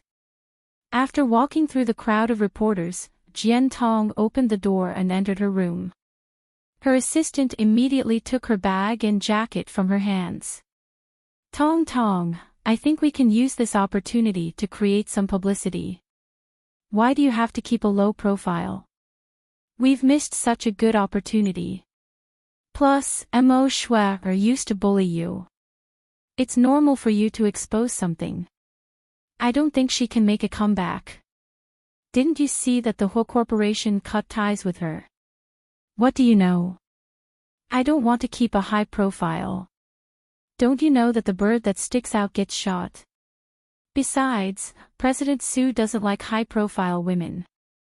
After speaking, Jian Tong turned around and headed upstairs, leaving the assistant speechless. It seemed Miss Jian hadn't given up on her feelings for President Su. The next morning Huamin woke up from his sleep. He was still in a daze and had not fully regained consciousness. Qin Chu planted a kiss on her forehead. Last night, the two of them did it for half the night. Huamin felt that she was exhausted after giving birth. Her back was so sore that she couldn't get out of bed. President Hua, wake up. It's time for you to go to work. President Nick. Are you really going to exploit your subordinates like this? Huamin chuckled. I'm not exploiting my subordinates. You think too highly of me.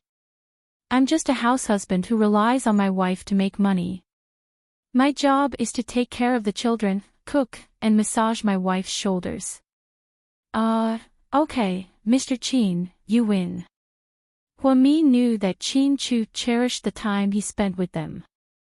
After she got up, she suddenly thought of something and asked with a smile, how much did the Hua Corporation's shares fall this morning? 7%. And it's still falling. Perfect, let's see if Hua Xiqian can still sit still. Huamin felt much better after her first counterattack. She hated seeing Hua Xiqian's smug face the most. Don't worry, this is just the beginning, his expression will get better and better. Qin Chu smiled slightly. He had the aura of a king that only a victor would have. Huamin felt like the king-like man that she loved deeply was back. Please, don't look at me like that, I can't take it. Qin Chu looked at Huamin gently and slowly approached her.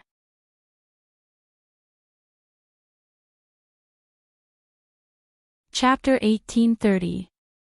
Hey, Mr. Qin, it's so early in the morning. Is it really okay for you to flirt with your wife?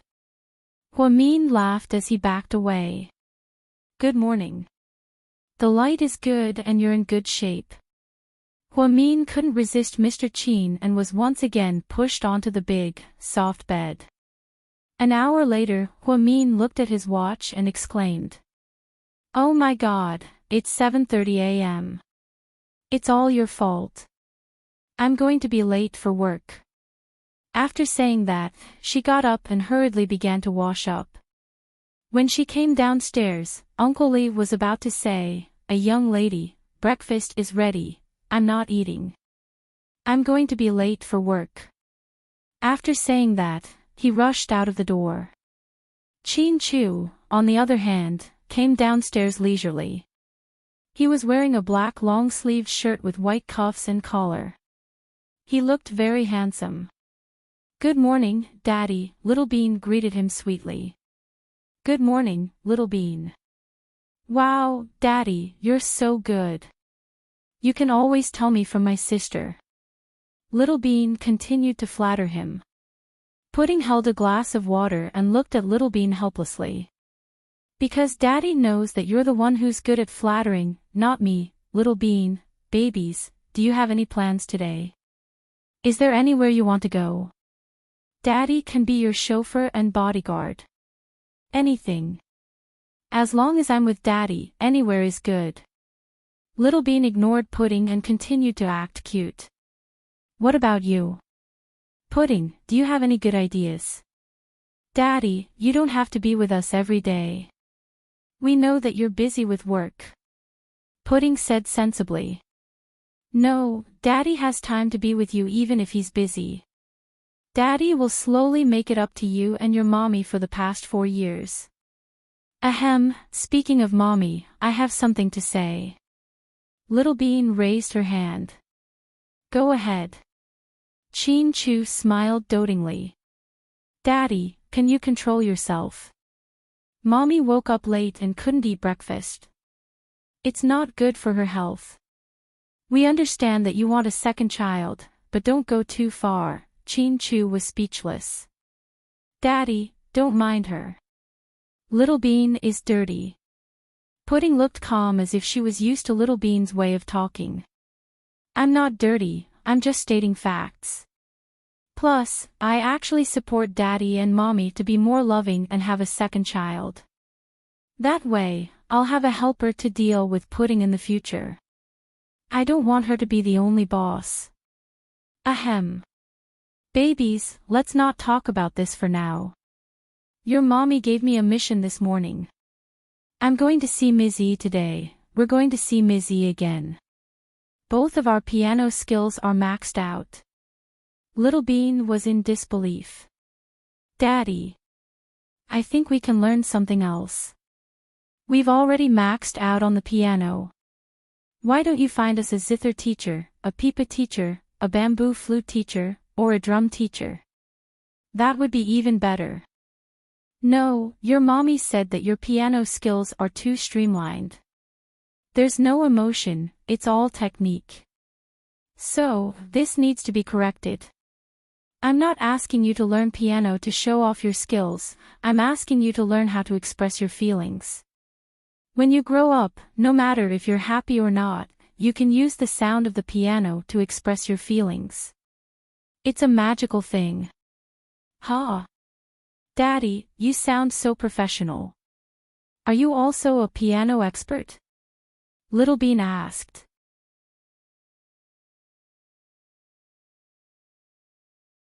Chapter 1831.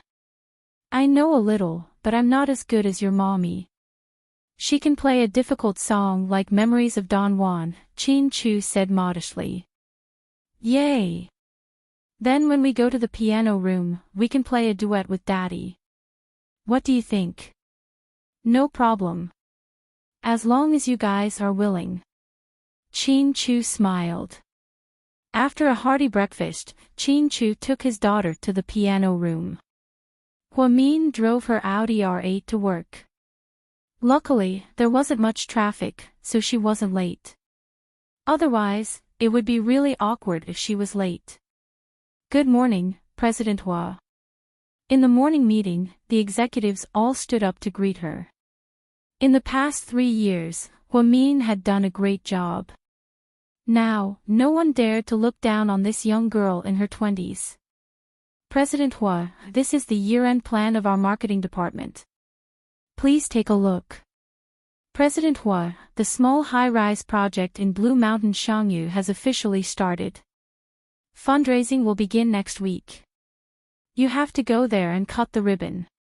The government seems to be taking this project seriously, and the citizens are very interested in it. President Hua, the new season of jewelry has been released. However, perhaps the market is tired, so the pre-sales aren't very good. Should we continue to promote the new products, or should we change the spokesperson? President Hua, this is a sample of the new product provided by a supplier in Malaysia. We've already had someone appraise it. The material is high quality, but the price is a little high. Should we continue to work with them? Or should we look for a new supplier? That morning, Hua Mian read through a lot of documents and dealt with a lot of difficult problems. After the morning meeting, she walked into her office. Bella made a glass of milk for Huamin. President Hua, here's your milk. Thank you. Huamin rubbed her temples and took the glass of milk. She had developed the habit of drinking milk in the early years when she and Chin Chu had just gotten married. Chin Chu had always wanted a baby, so every time he came to the company, he would ask his assistant, Xiao Yang, to make milk for Huamin. Huamin had gotten used to drinking coffee over time. Now, Huamin felt that he was no longer used to drinking coffee. President Hua. Yang walked in, dressed in a suit. Today, Xiao Yang was no longer an assistant, but a senior executive in the administrative department. He had done an excellent job and had a lot of prestige in the company. What is it? It's a private matter. Can you tell me? Yang smiled. Are you going to ask for leave? I've been busy lately. I won't approve it. Hua Mian smiled willfully. No, I know you're busy at the end of the year. How could I ask for leave? It's like this. Isn't President Qin back? I heard that his leg was injured, so I asked my relatives in the mountains to get me some good beef bones. I was going to make soup for Chin Chu. I was going to give it to him myself, but he hasn't been coming to the company lately. So I decided to bring it back for you. Then, Young placed the bag on Huamin's desk. President Chin and I thank you. Huamin's eyes were filled with warmth. These employees were really considerate. Young had been with Chin Chu for a long time, so naturally, he had a special relationship with him. Young was actually very good as an assistant, but Huamin was a woman, so it wasn't convenient for her to go on business trips. That was why Bella was appointed as Yang's assistant and Huamin made an exception to promote him. Huamin remembered all of this, and he had worked very hard for the past 3 years. Ah. Don't be so polite with me. I can't even repay you and President Chin's kindness. If it weren't for you, I would still be an insignificant employee. Okay, it's not Thanksgiving today, don't be so sentimental. I'll take the gift and have the kitchen make it for Mr. Chin when I get home. Don't worry. Okay, then I'll go out, President Hua. Huamin nodded. Just then, Bella walked in and whispered something into Huamin's ear. Why is he here? Huamin frowned slightly.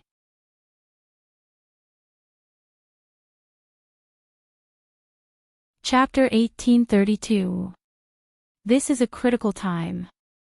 Does President Hua plan to see him? Bella asked softly. After hesitating for a moment, Huamin nodded. Let him in. I think he has something to say to me. Bella nodded and turned to leave. After a while, a man dressed in luxurious casual clothes from a famous brand walked in slowly. President Hua, it's been a while since we last met. The man smiled. Mr. Jiang, how have you been? Huamin looked at Jiang Yi and said faintly. President Hua, do you mind if I smoke? Sure. Jiang Yi smiled as he sat down on the sofa across from Huamin. He took out a black and gold pack of cigarettes, took out a thin stick, and put it in his mouth. I've been back in Jing City for half a year now. If it weren't for Mo Shui's accident, I wouldn't have come back. So, are you here to beg for mercy? Huamin looked at him and asked quietly. Beg for mercy? Oh, no. President Hua, you seem to be mistaken. The truth is, Mo Shui's life and death and her career have nothing to do with me. I don't care about these things. Jiang Yi smiled. Huamin only looked at Jiang Yi quietly, as if he was trying to figure out what he was thinking. He didn't say anything. President Hua, you have to understand that Mo Shui and I are just partners in bed. We're not as close as you think. I don't have that many feelings for her, and she's just a pastime for me. We're just taking what we need. But, after her accident, I realized that I might have a chance, Jiang Yi said thoughtfully. I don't know. Mr. Jiang, what kind of chance are you talking about? Huamin never liked Jiang Yi because he felt that Jiang Yi was a very strange person. She didn't know what he was thinking. Everything he did was weird. It was especially uncomfortable to interact with him. In the past, in order to develop his business here, he signed with Su Yu's company.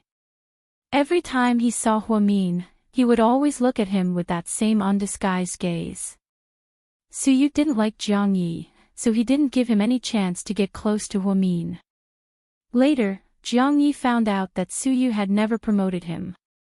After a few years of tepid success, his contract expired half a year ago, and he returned to the capital.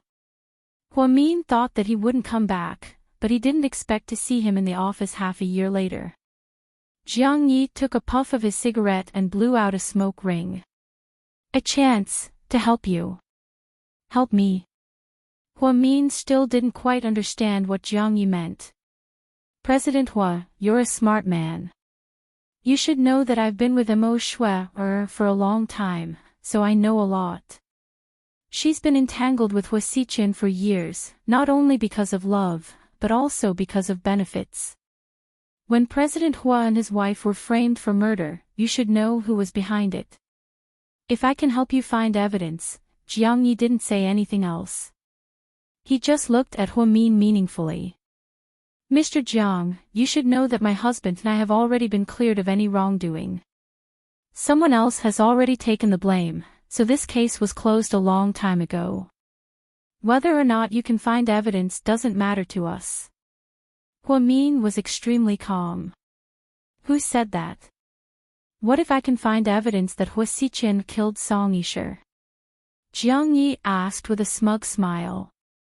When Hua Min heard this, his expression changed slightly, as if he was surprised. What do you think? President Hua, are you interested? Jiang Yi looked at Hua Min, as if there was something different in his eyes.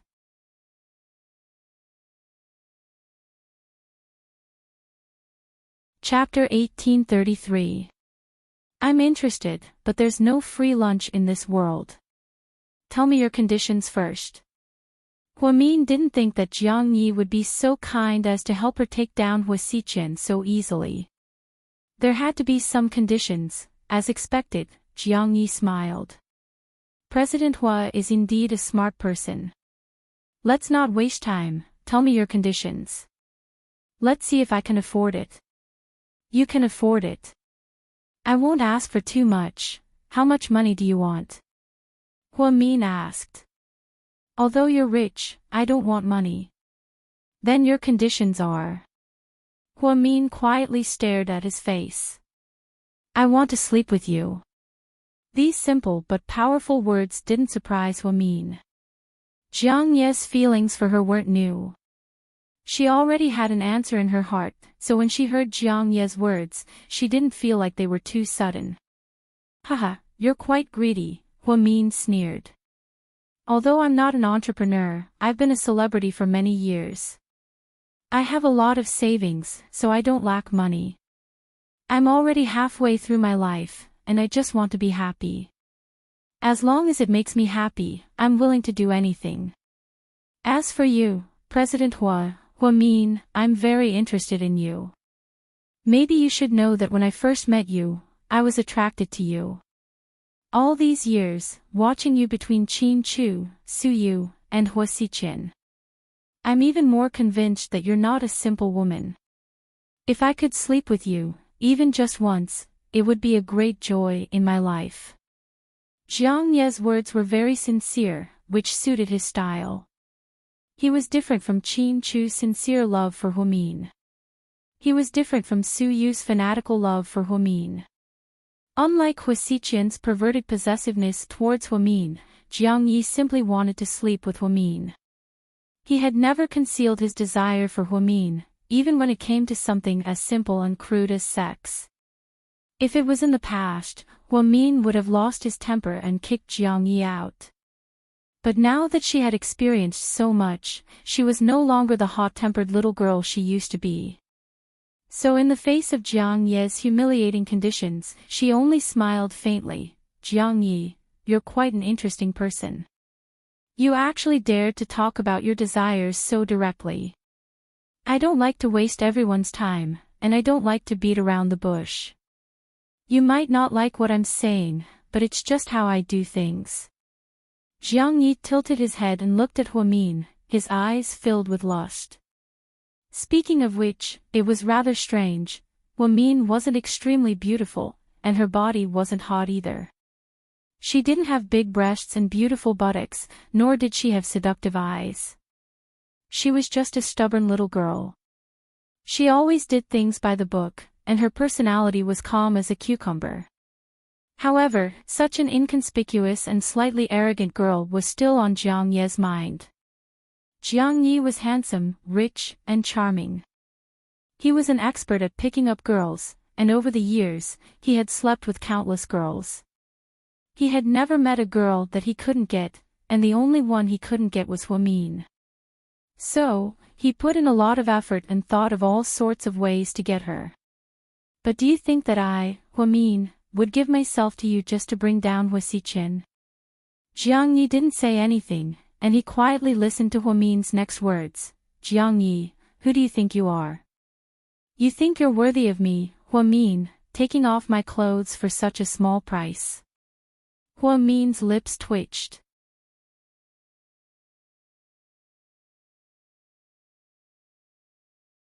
Chapter 1834.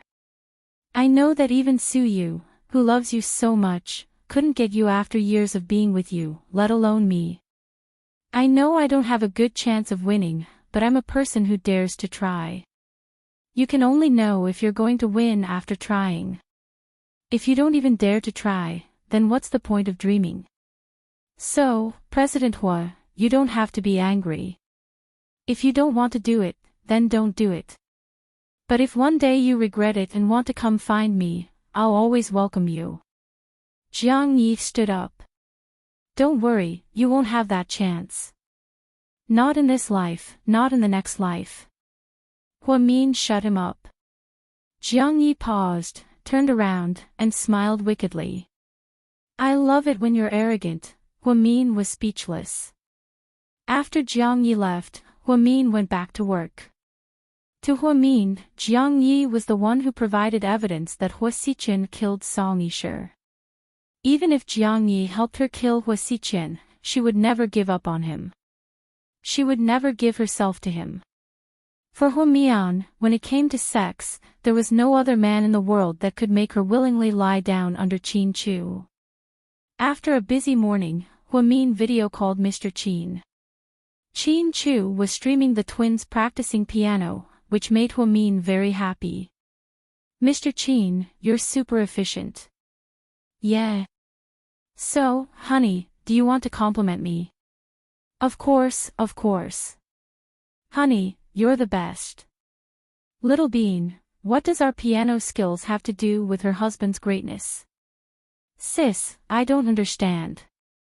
Pudding, not everyone understands how Qin Chu and Huamian show off their love. Hurry up and play. If mommy sees you slacking off, you won't be able to eat ice cream tonight. Little Bean, oh my God, don't take away my little wish. Little Bean, what are you mumbling about? Huamin looked past Mr. Qin and saw Little Bean on the screen.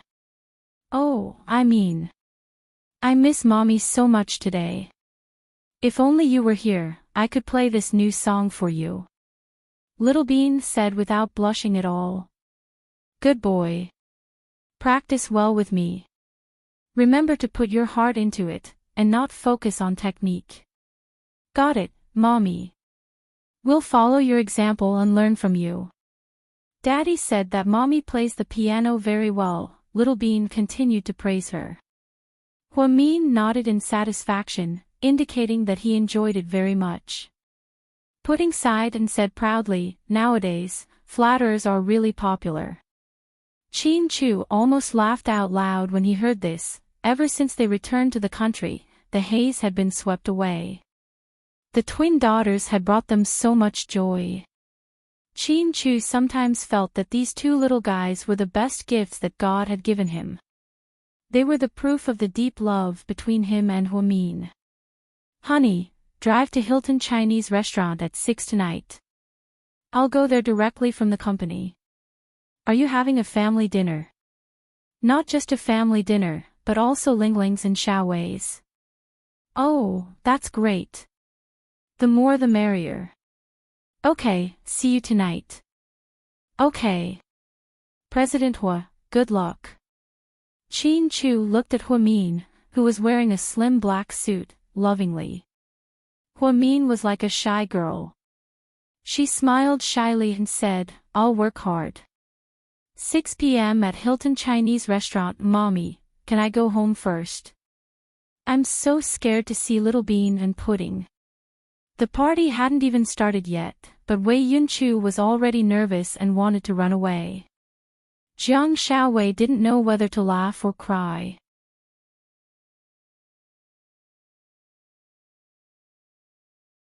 Chapter 1835. Son, you can't be so cowardly. How can a man be afraid of his little sister? They're not normal people's little sisters. They're gangsters, Wei Yunchu complained. Gangsters. Where did you hear that? Jiang Shaowei was dumbfounded. Uncle Tang Chuan said it.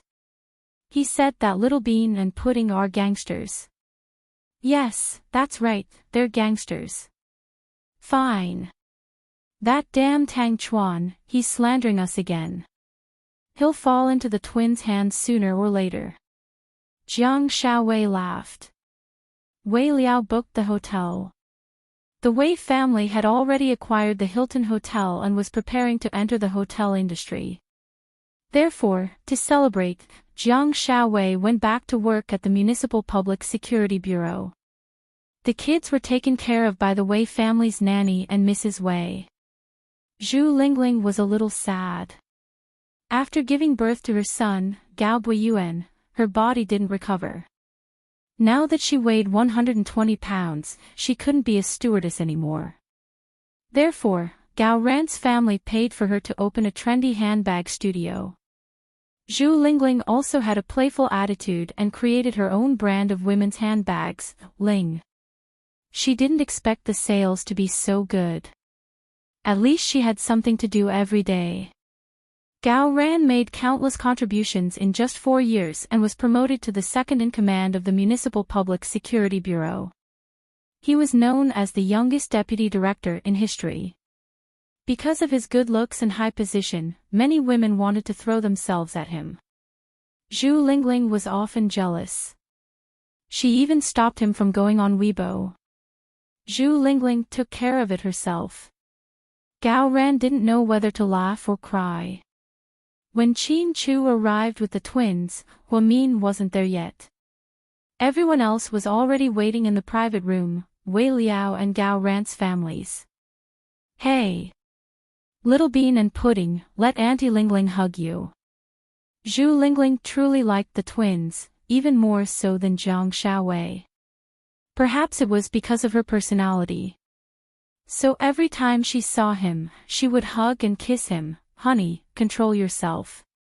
Look at Pudding's disgusted face. You're spitting on her face, Gao Ran laughed. Don't talk nonsense. Little Bean loves me. Zhu Lingling rolled her eyes at Gao Ran. Gao Buiyuan hid behind his father, not daring to step forward. Little brother Buiyuan, you're here too. Come, let's play. Little Bean looked at Gao Buiyuan as if she had discovered a new continent. Gao Buiyuan was so scared that he kept stepping back. He couldn't walk steadily and had to be supported.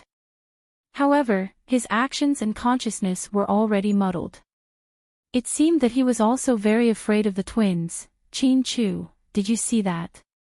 Your daughter is a gangster.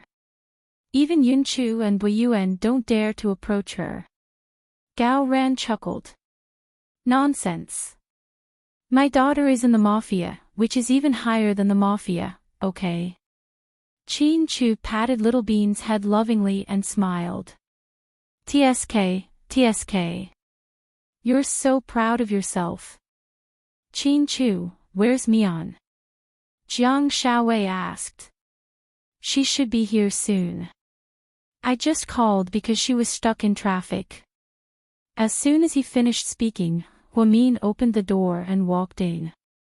Then, he placed his bag on the table. Sorry, I'm not late, right? No, you're just in time. Let's start eating.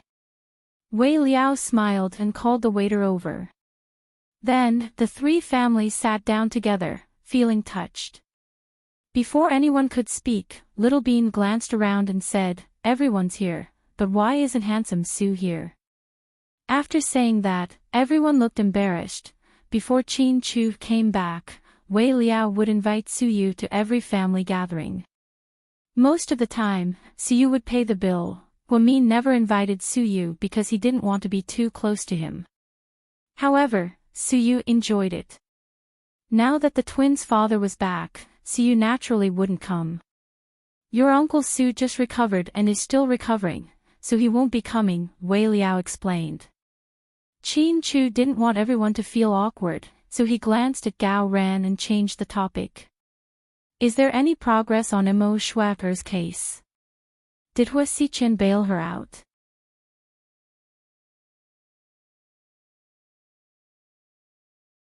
Chapter 1836. Not yet. From the looks of it, Huasiqian won't bail her out.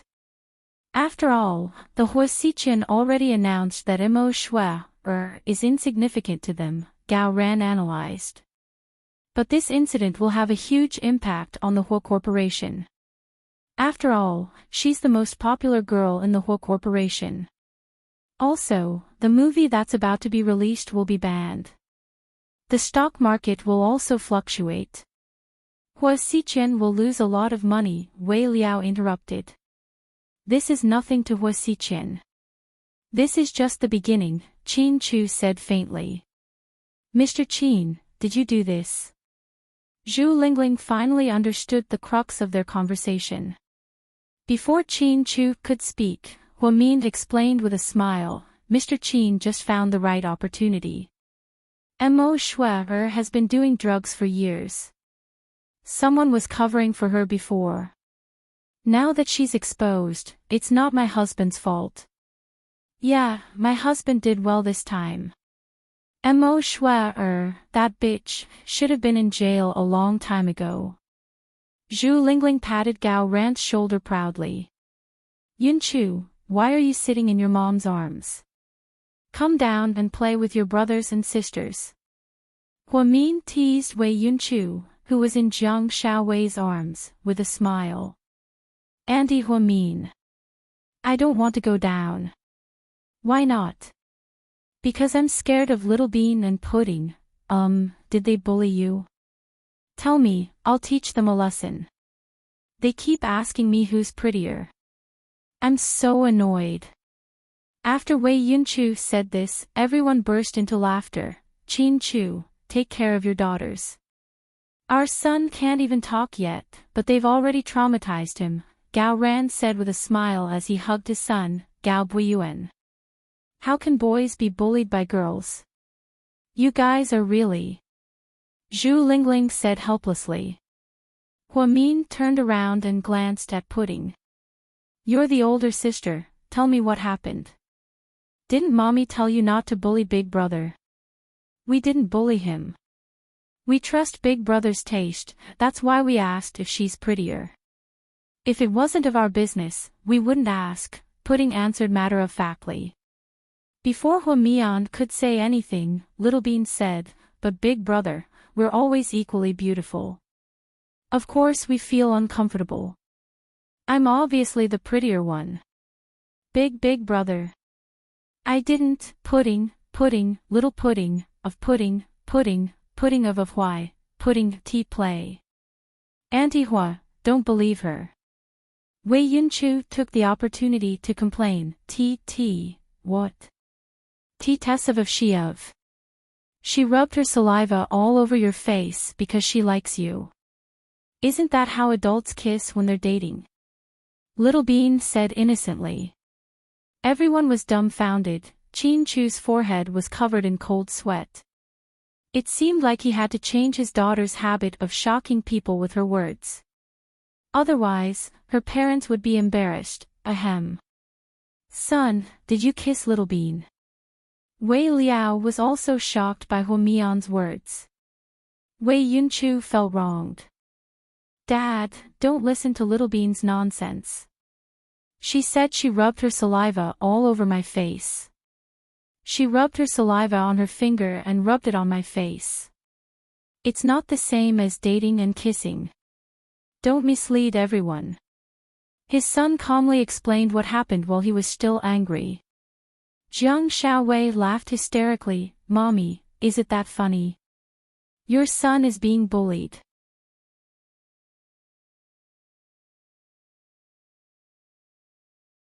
Chapter 1837. Son, you used the word mislead very well. Have you improved your language skills? Jiang Xiaowei asked with a smile.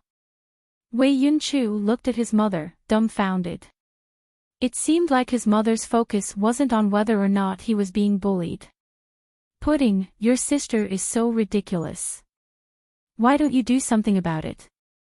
Mommy, even you can't do anything about it. You want me to? You think too highly of me. Pudding sipped her juice unhurriedly.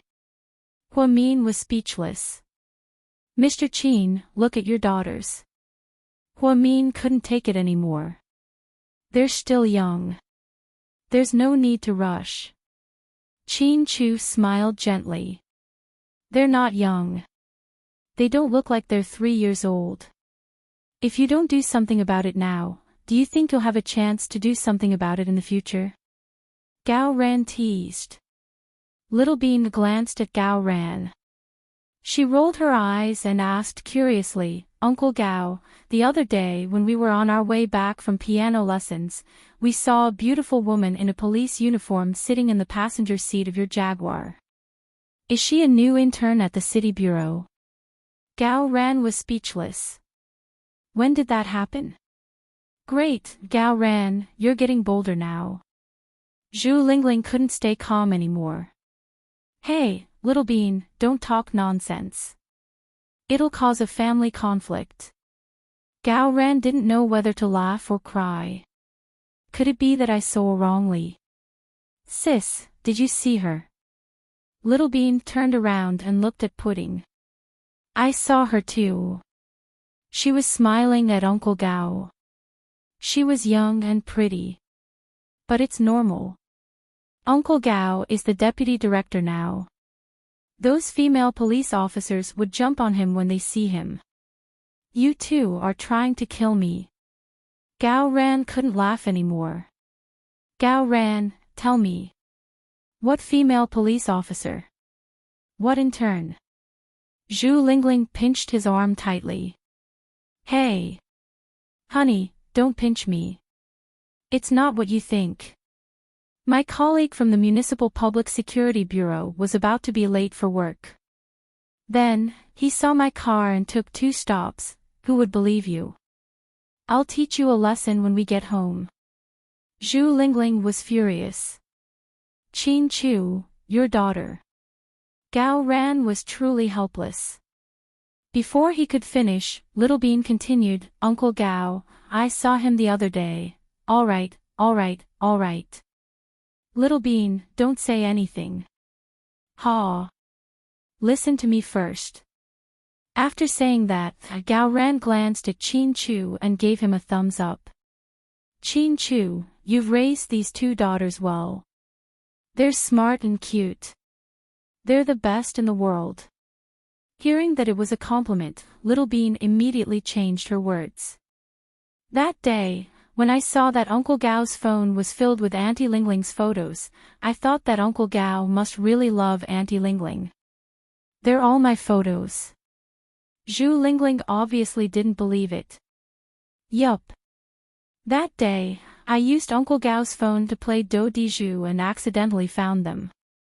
Zhu Lingling smiled shyly. Damn cop, at least you still have a conscience. Gao Ran finally let out a sigh of relief. He felt like he was on a roller coaster just now. The twins of the Qin family were very mischievous and quick-witted. Most importantly, he couldn't mess with them. Old Wei. You're smart. You don't talk much at every gathering, don't cause trouble. Gao Ran glanced at Wei Liao and said meaningfully. Even if I can't mess with them, I can still avoid them. Wei Liao laughed. Pudding, Little Bean. Don't bully your brothers anymore. If I hear Yunchu complain again. Humph. Huamin sneered.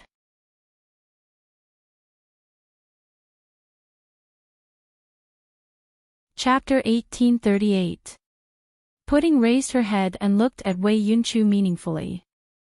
Then, she turned around and smiled at her mother. Don't worry. Big brother will never tell on you again. Why do I feel like Pudding's words are weird? Jiang Xiaowei couldn't help but laugh. Mommy. Let's go home. It's so scary.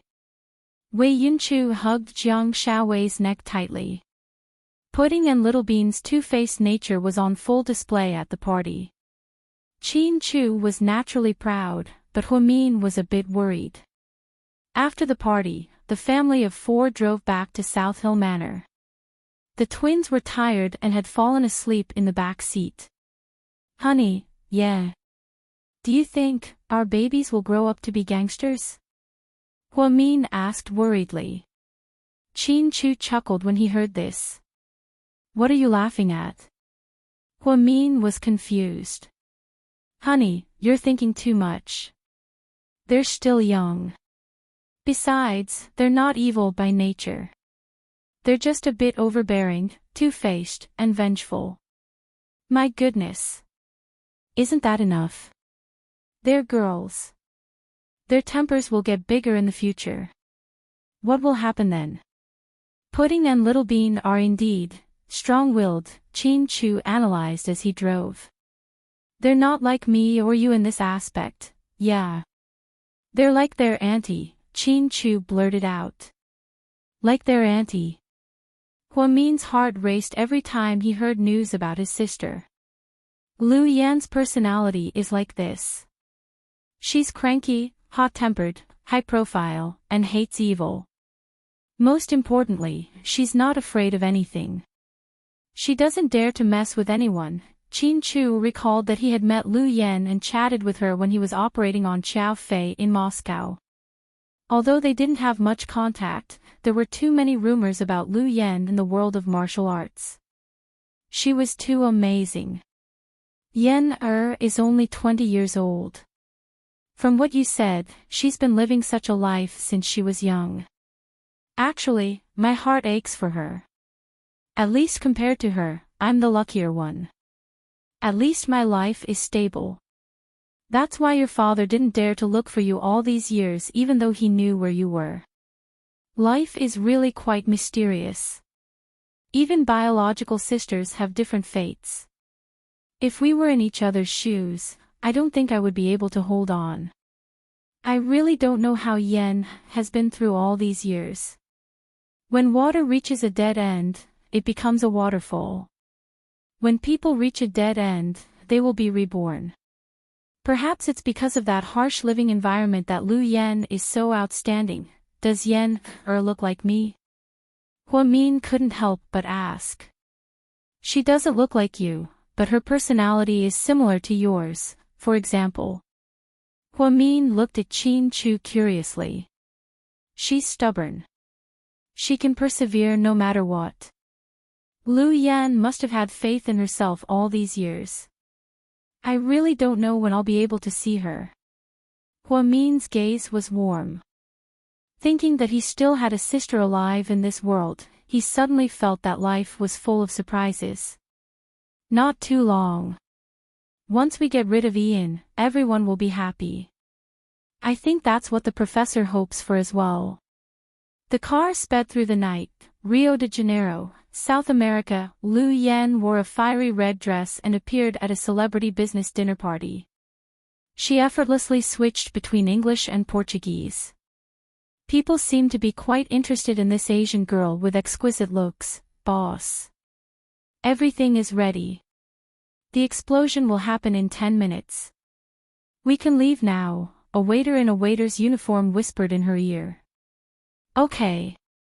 Lu Yan smiled slightly with a glass of red wine in her hand. Then, she quickly walked out. Yan. Long time no see. Lu Yan didn't expect to run into this guy just as she was about to reach the exit. Moreover, he appeared in front of her without any warning. She didn't even receive a single message. Hi. Ian. Lu Yan helplessly greeted him.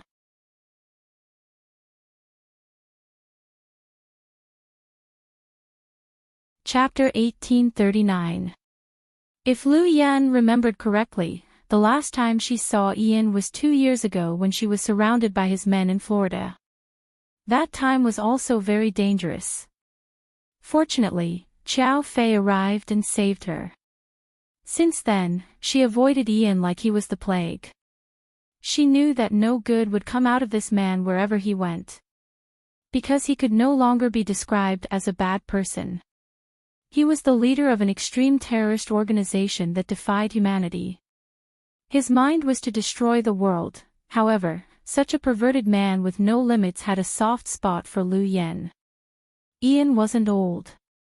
He was only a few years older than Huomin and was only in his 30s. He was very good-looking. Perhaps it was because he was born in a German noble family, so his bloodline was very pure. He was an authentic Caucasian. His deep blue eyes shone with a strange light, his short brown hair was very eye-catching. Ian loved to smile and looked very cute when he smiled. Many people were deceived by his appearance and ignored his bloodthirsty nature. Ian loved the Godfather costume. Every time he appeared, he wore this black robe and looked very strange. Those who didn't know him would think that he was a Christian. In fact, he was an evil Satanist. Even the cross on his neck was anti-Satanist. Ian had been hunting Lu Yen and Professor Lu for a long time. This was a plan that had been laid out for a long time. Originally, he wanted to start with Professor Lu's daughter and threaten him to work for him. But, Professor Lu's eldest daughter disappeared many years ago. It was said that she was stranded in China. Ian investigated but found nothing. Even someone as powerful as Hua Xichen couldn't find her, so Ian basically gave up on that lead. Lu Yen, on the other hand, was very difficult to catch. Ian spent a lot of effort to track her down. Every time he found her, she would disappear. So this time, Ian set a trap. He directly colluded with Lu Yan's employer and lured her to Brazil. Finally, they met on a narrow path. "Boss, you go first. I'll cover you." The subordinate was very nervous and pointed his gun at Ian. "Both of us can't leave." Lu Yan was very calm. She looked around and saw that there were more than 20 snipers in every corner of the venue. Damn it, she didn't know where the extra red dots came from. It was creepy. "Yen, why don't you come back to Berlin with me?" Ian tilted his head and smiled at Lu Yen. "Sure. I was just thinking of traveling to Germany." "That's a good idea. Let's go." Then, Lu Yen walked forward confidently, as if she was ready to be captured. "Boss. I'm sorry, we miscalculated," the subordinate said guiltily. "It's none of your business. I'm sure Ian has been planning this for a long time. He won't kill me. We'll play it by ear." Lu Yen was smart enough to know that she was at a disadvantage. If she didn't have the confidence, she wouldn't apply. Otherwise, she would drag her subordinates down with her if she ran away. She wasn't crazy enough to ignore the life and death of her subordinates. 10 minutes later, Lu Yen and her subordinates were taken onto Ian's private jet. "Yen. I still like to look at you face to face like this. You're so charming when you're quiet," Ian said in fluent German. Lu Yen lowered her head and didn't say anything. She kept trimming her nails with a nail clipper, completely ignoring Ian.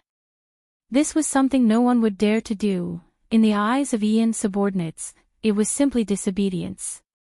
But Ian liked Lu Yan's fearless personality. "Ian, I'm thirsty. I want some red wine." You're tuning into the LoveLore Library YouTube channel. We're so grateful for your support, and don't forget to subscribe to join us on this incredible journey through captivating stories. Your generosity through donations truly makes a world of difference, as it's the primary source of revenue that allows me to expand and enhance this channel for you. Thank you from the bottom of my heart for being a part of this adventure.